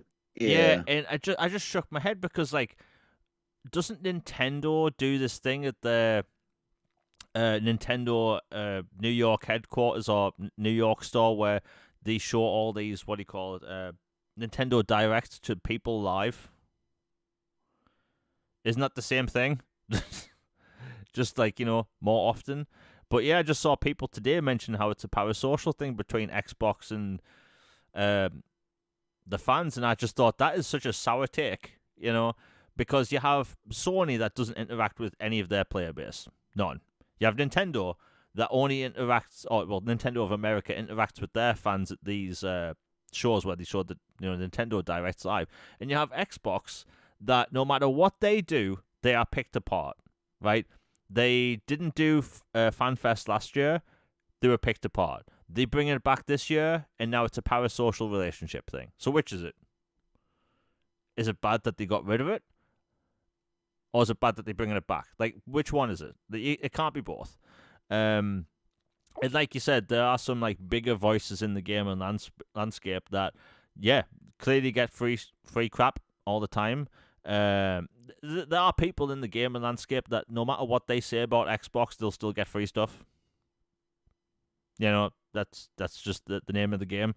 And look, I cover Xbox. I'm a pro Xbox content creator.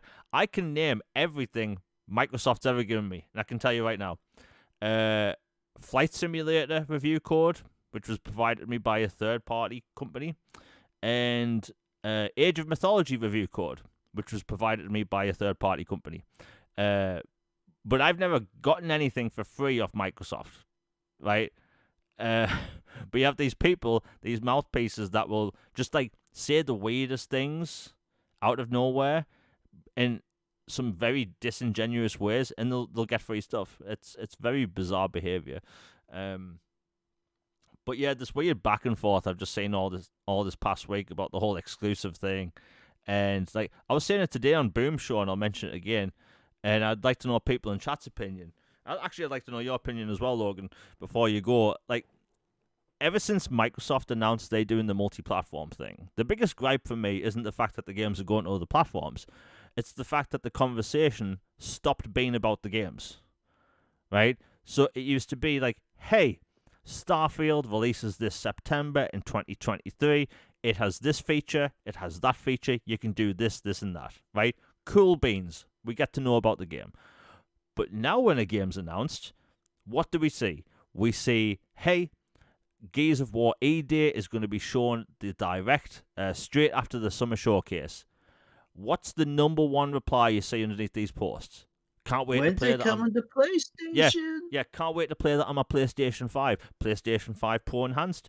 We're not talking about the game anymore, right? You have IGN, GameSpot, all these times when a game is brought up, they're not talking about the game anymore. They're not talking about which new features are coming to a game. And I think that Microsoft doing the multi-platform thing, it's kind of like perception is reality, and it's kind of backfired because, yes, you do have more people playing these games. And yes, you have more money coming in. But nobody is talking about the games. No one. And it's been grinding my gears for the past 2 years. Why is no one talking about the latest features? Look, I'll use Indiana Jones as an example, right? Indiana Jones was announced 4 years ago. It had a full reveal in January 2024. And people were like, wow, this game looks cool. And then they said, hey, it's coming to Xbox later this year. And that was it, right? Phil Spencer said it's not going to other platforms. So what were people talking about? We're talking about the features, the setting, the voice actors, right? The action set pieces that looked nuts at the time, right? And then the conversation completely changed the second it got to August during Gamescom, and they said, by the way, it's coming to PlayStation. The conversation shifted from being about the game to about a platform it's going to. And we're seeing this with every single game. And look, I see in chat that Xbox did it themselves. That's my point. They did. This is why they blasted their feet off with a cannon. Yeah. Yes. And by the way, we have a new super chat by Eidos. I know Americans pronounce it Adidas, but Adidas. Oh, 20... yeah. I'm like, what are you talking, Jamie? I was like, I knew I was going to get crap for that. But I'll say Adidas 20. Thank you for the $2. He says salute. Well, thank you for the $2. It's greatly appreciated, and salute to you back. Yeah, I know Adidas and Adidas sound like completely different words, but that's how we pronounce it. But like the whole shake-up thing, like what Microsoft's doing right now, I like the vibe, right? I like that. Like if you have leadership, and like something's not changing, right? Why would you get new leadership for nothing to change? You wouldn't. So like that's why I like what Asher Sharma's doing right now. I like the energy. You have Stein on Twitter clapping back at Polygon for clickbait. We wouldn't have seen that a year ago, right? Swearing in posts talking about gears. I like that energy. I like what we're seeing from Xbox right now from an optics standpoint. And again, I've hate like Logan. Before you go, like, what's your take on what I've just said about how the conversation shifted about being games to platforms? Yeah, I got a lot on this one. Basically, I mean, there's a lot to dive in, but like when they first did the multi-plat push, like I was pretty disappointed. I'll straight up, I was disappointed. And I understood it from a business standpoint in some regards because it's like, well, we need to make this much money. We have, basically lead weight tied to our ankles, and we gotta, get as much money as we can to, appease the shareholder overlords and the 30% rate or whatever we got to hit and stuff like that. Like, okay, at that point, you got to make as much money in as short amount of time as possible. Yeah, you go for broke. You do that. You put everything everywhere, make as much money as humanly possible in a short amount of span. I get it. But what that does is that sacrifices 2 decades of goodwill and brand awareness and identity and community sentiment for short-term gain. You are, nuking the bridge. You are, doing all these self-sabotaging things for a short-term goal but destroying your future. Like it's almost like the apocalypse setting in like any film, game or whatever. Like society advances to a certain point and starts doing stuff and then they crash out and burn and then everybody else is like in the future is cooked. It was like that for their brand.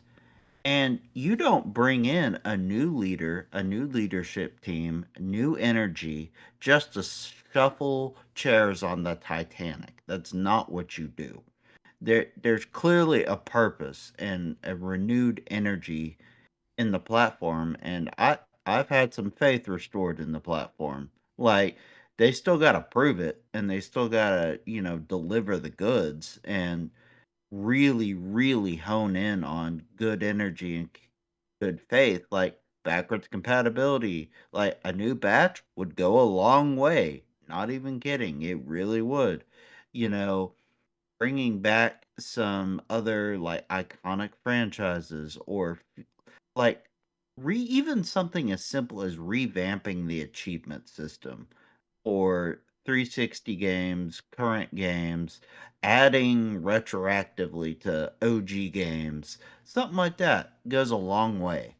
And to me, like I understood even there was a halfway approach for exclusives. Like they could have done it where they like we make some things exclusive, like the racing like Forza games, like racing cars are universal. Like okay, cool or Flight Sim, or Minecraft, which had always been, or even if you wanted to get really granular, go like, okay, these Bethesda and Activision games were multi-plat for 30 years. We'll keep them that way. Cool. Makes sense. Status quo. I'm good.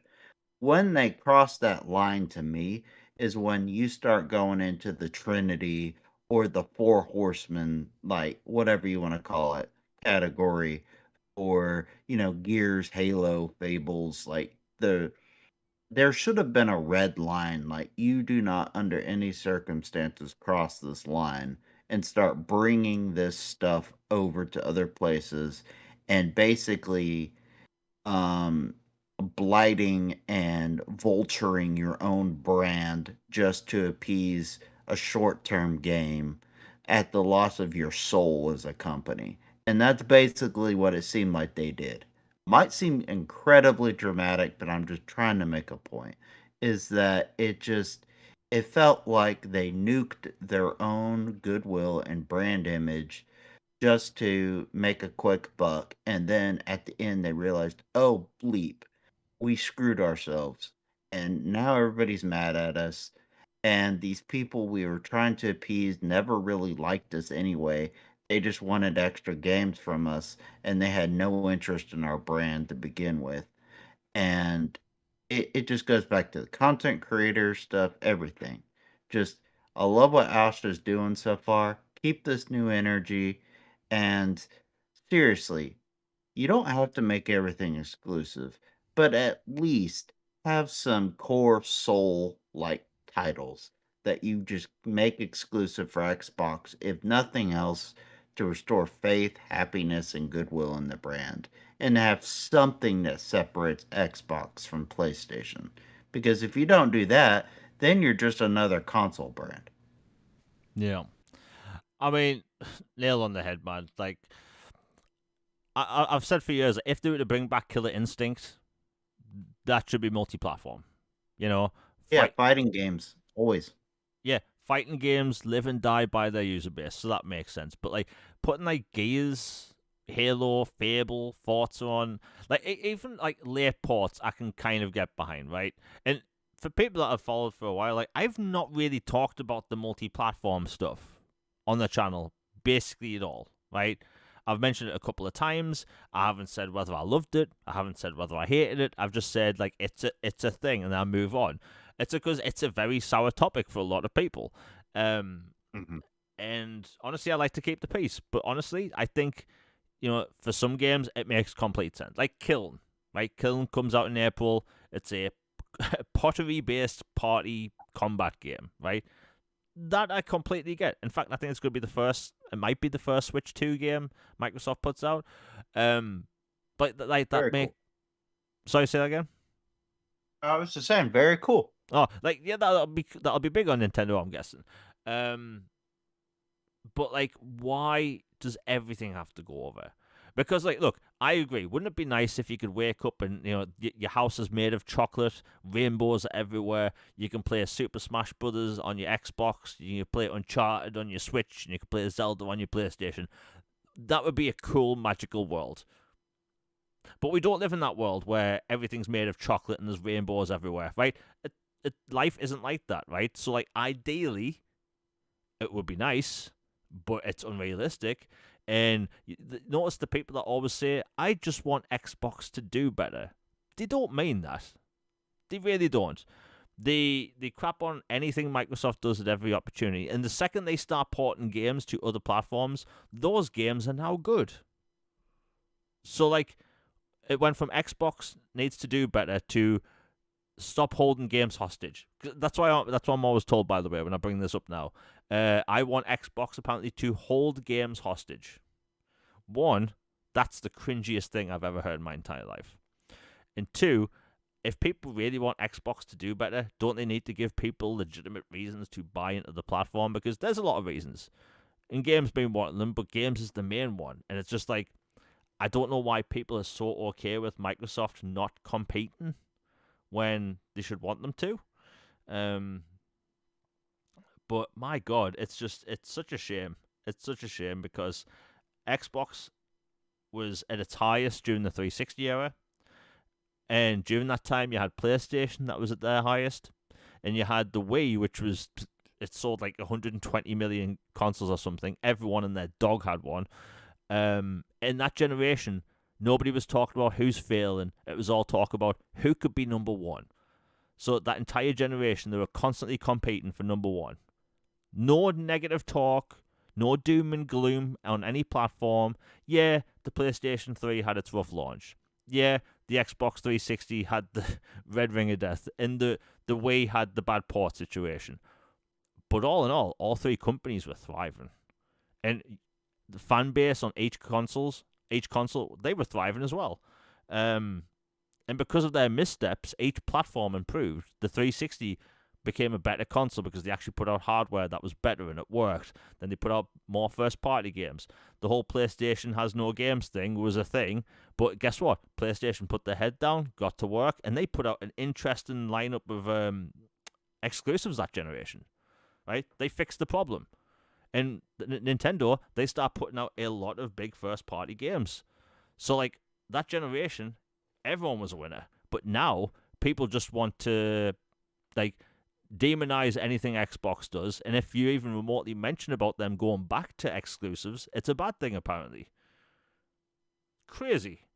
Yeah, you're like a bum loser who's like a crusader or like a just a I don't know, some crazy stereotypical bad negative extremist type thing, which is the further from the truth. These are the people who actually care for the platform. Yeah. And it's crazy because, like, and I just say, Joe and chat mentioned this, Xbox was their biggest problem for years was the first party situation. They didn't have enough studios making enough games. So what did they do in 2018? They bought a bunch of studios, they start working with them, let them make their own games. Then they bought Double Fine, then they bought In Exile and Obsidian, then Bethesda, and then Activision. And then finally, they get to a point where they can have an exclusive every month, basically, and then they do the multi-platform thing. like they didn't Kumbaya, baby. yeah, it's crazy. They didn't even give it a chance to see how things would play out because by now they would have had Indiana Jones as exclusive, Starfield exclusive lifetime. You know, just like they could have had a really insane lineup that made people go, "Wow, I need a console to play these games." And like going back, like I think it's cool more people get to play these games. It's cool, but at the end of the day, that's not really helping Xbox. It's helping their wallet sometimes, but we know what Gears of War Reloaded didn't exactly light up the world. We know Forza Horizon 5 is basically the only game they ported over that's done really well. And that's Forza Horizon. It had 40 million players before it got ported. You know, it's crazy. Logan, are you having to leave yet, or? Yeah, I got 5 minutes and Oh, then I gotta go.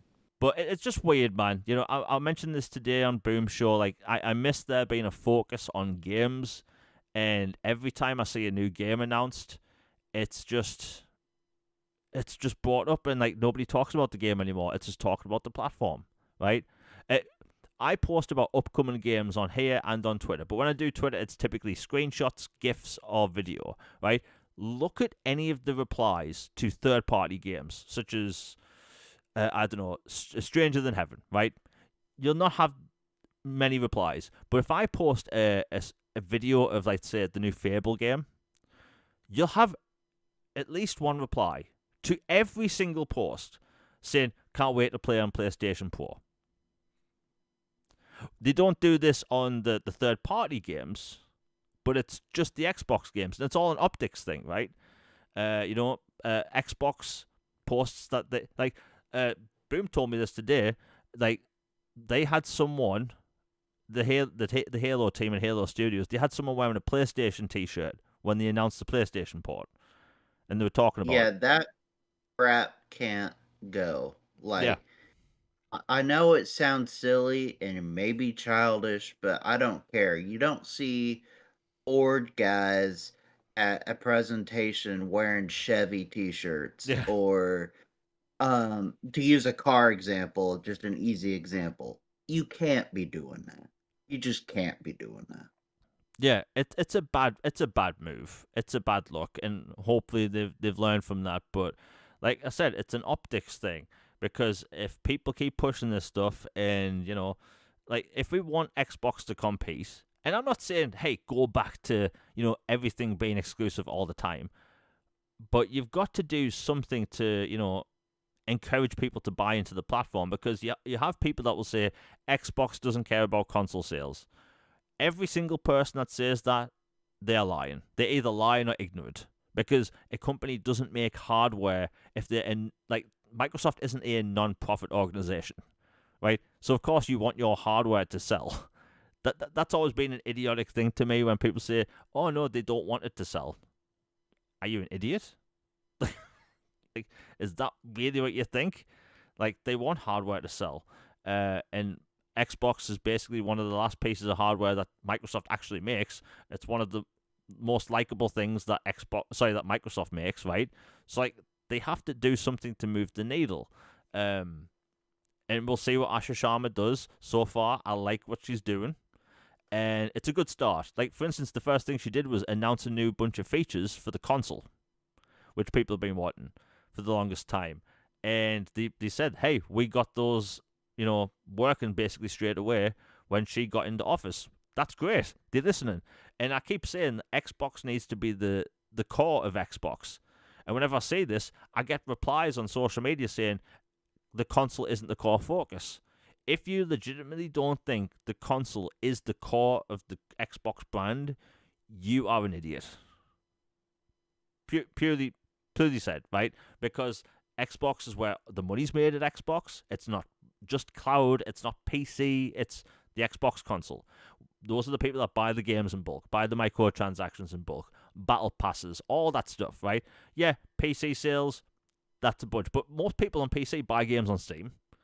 And in the mobile marketplace, you don't exactly play. You don't see people playing Forza Horizon and buying microtransactions on a mobile, But I like what's happening so far, and I think words are only so much, but so far I like it. Announcing the Summer Games Fest thing or Summer Showcase like this far out is a good move. And obviously, there's already ports in development. I don't expect them to cancel ports that take millions to make. So if there's things that they do move, maybe they will. Maybe things could be timed. Like the best example is actually Forza Horizon, right? Forza Horizon 5 came to PlayStation, I think, last year. And like each Forza game or Forza Horizon game basically has a shelf life of like 4 years, and that's people buying microtransactions and stuff. Well, you typically don't have 1 year of life for a Forza game. So them porting Forza Horizon 6 this May to PlayStation never made any sense, right? They need people to buy into the microtransactions, into the live service element of Forza Horizon for more time. So like them bringing over Forza this year never made sense. Never made sense. But hey, it is what it is. Logan, I'm guessing you're going to have to go now, right? Yeah, I gotta go, man. It's been real. Great show, man. Yeah, it's been good talking to you again. And for people listening, Logan's @ is in the description down below if you want to follow him on Twitter. But, man, what a wild week. People have been all over the place with the whole, prices going up thing.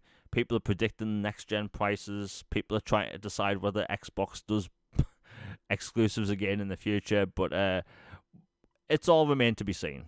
But I think that Microsoft, what they're saying so far, I like what they're saying. I like what they're doing. There's obviously still things that needs improving. Myself and Logan, we will always talk about backwards compatibility.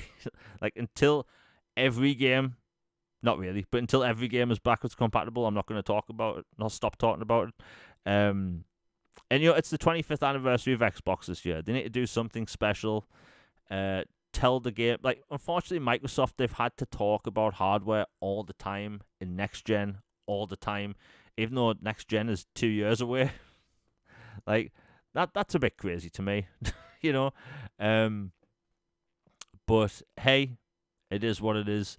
I think Microsoft, this is a good beginning because they keep saying bringing Xbox back, and I haven't seen this much energy from Stein and the other people at Xbox on social media for a long time. For 2 years, I'd say Aaron Greenberg and a lot of other people that work at Xbox were kind of silent on Twitter. Not interacting with the fan base as much, not just talking to people in general. And I'd say that over the past month, I've seen people from Xbox interacting with gamers a lot. People from Xbox clapping back at people being, idiots, basically. And it's a good move, They have a good Game Pass lineup. Evidently, that was shown last week at the partner preview. Even Stranger Than Heaven, which I never thought in a million years would be a Game Pass launch title. That looked amazing, by the way. But this is a good step from Microsoft in the right direction. But yeah, we'll see what happens with the exclusive talk. But hey, we've had a 2-hour, 9-minute show. Everyone in the chat has been amazing. Sorry for the technical difficulties earlier in the show because the software isn't exactly the best, but look, I think it's going to be an interesting year for game releases. Xbox, they have a big year ahead. And yeah, April's Game Pass lineup is great. Like I said before, Resident Evil just dropped, as well as Super Meat Boy 3D. So if you want to tear your hair out, either of those games will do. Now, when it comes to content on the channel, as you know, I used to put out a video every month of upcoming games, and I didn't for January because January would have been pointless. February, I was too sick. And March, I was too sick again, plus technical difficulties. But over the next couple of days, I've got you sorted. April, I'm not even kidding, is low-key the best month of the year so far when it comes to game releases. You've got JRPGs to racing games. Literally something for everyone. And that video should be out in the next 2 days. I hope you enjoy it. It's been a long time putting it together, and we're getting back to regular videos. In the coming months, I'll be doing on-camera live streams for like games I've been wanting to play for a while. I plan on live streaming the entire Mass Effect trilogy, because it's a franchise I don't know enough about, and also the entire Metal Gear Solid franchise. Metal Gear Solid 4 is coming to Xbox this August. Yeah, this August, and I thought it'd be fun to play through all of those on stream. If people want to watch it, that's cool. But yeah, lots of cool content on the way, and we'll be back for a new episode of All Things Xbox podcast next Tuesday at 6 p.m. Eastern. And if you live in the UK and Europe, it's back to the regular time. It's 11 p.m. Anyway, hope everyone in chat has a great day. Way out, everybody. Before I say peace, please hit like, share, and subscribe. It really helps with the algorithm, and I hate doing these little ads. Anyway, I'm out, everybody. Peace.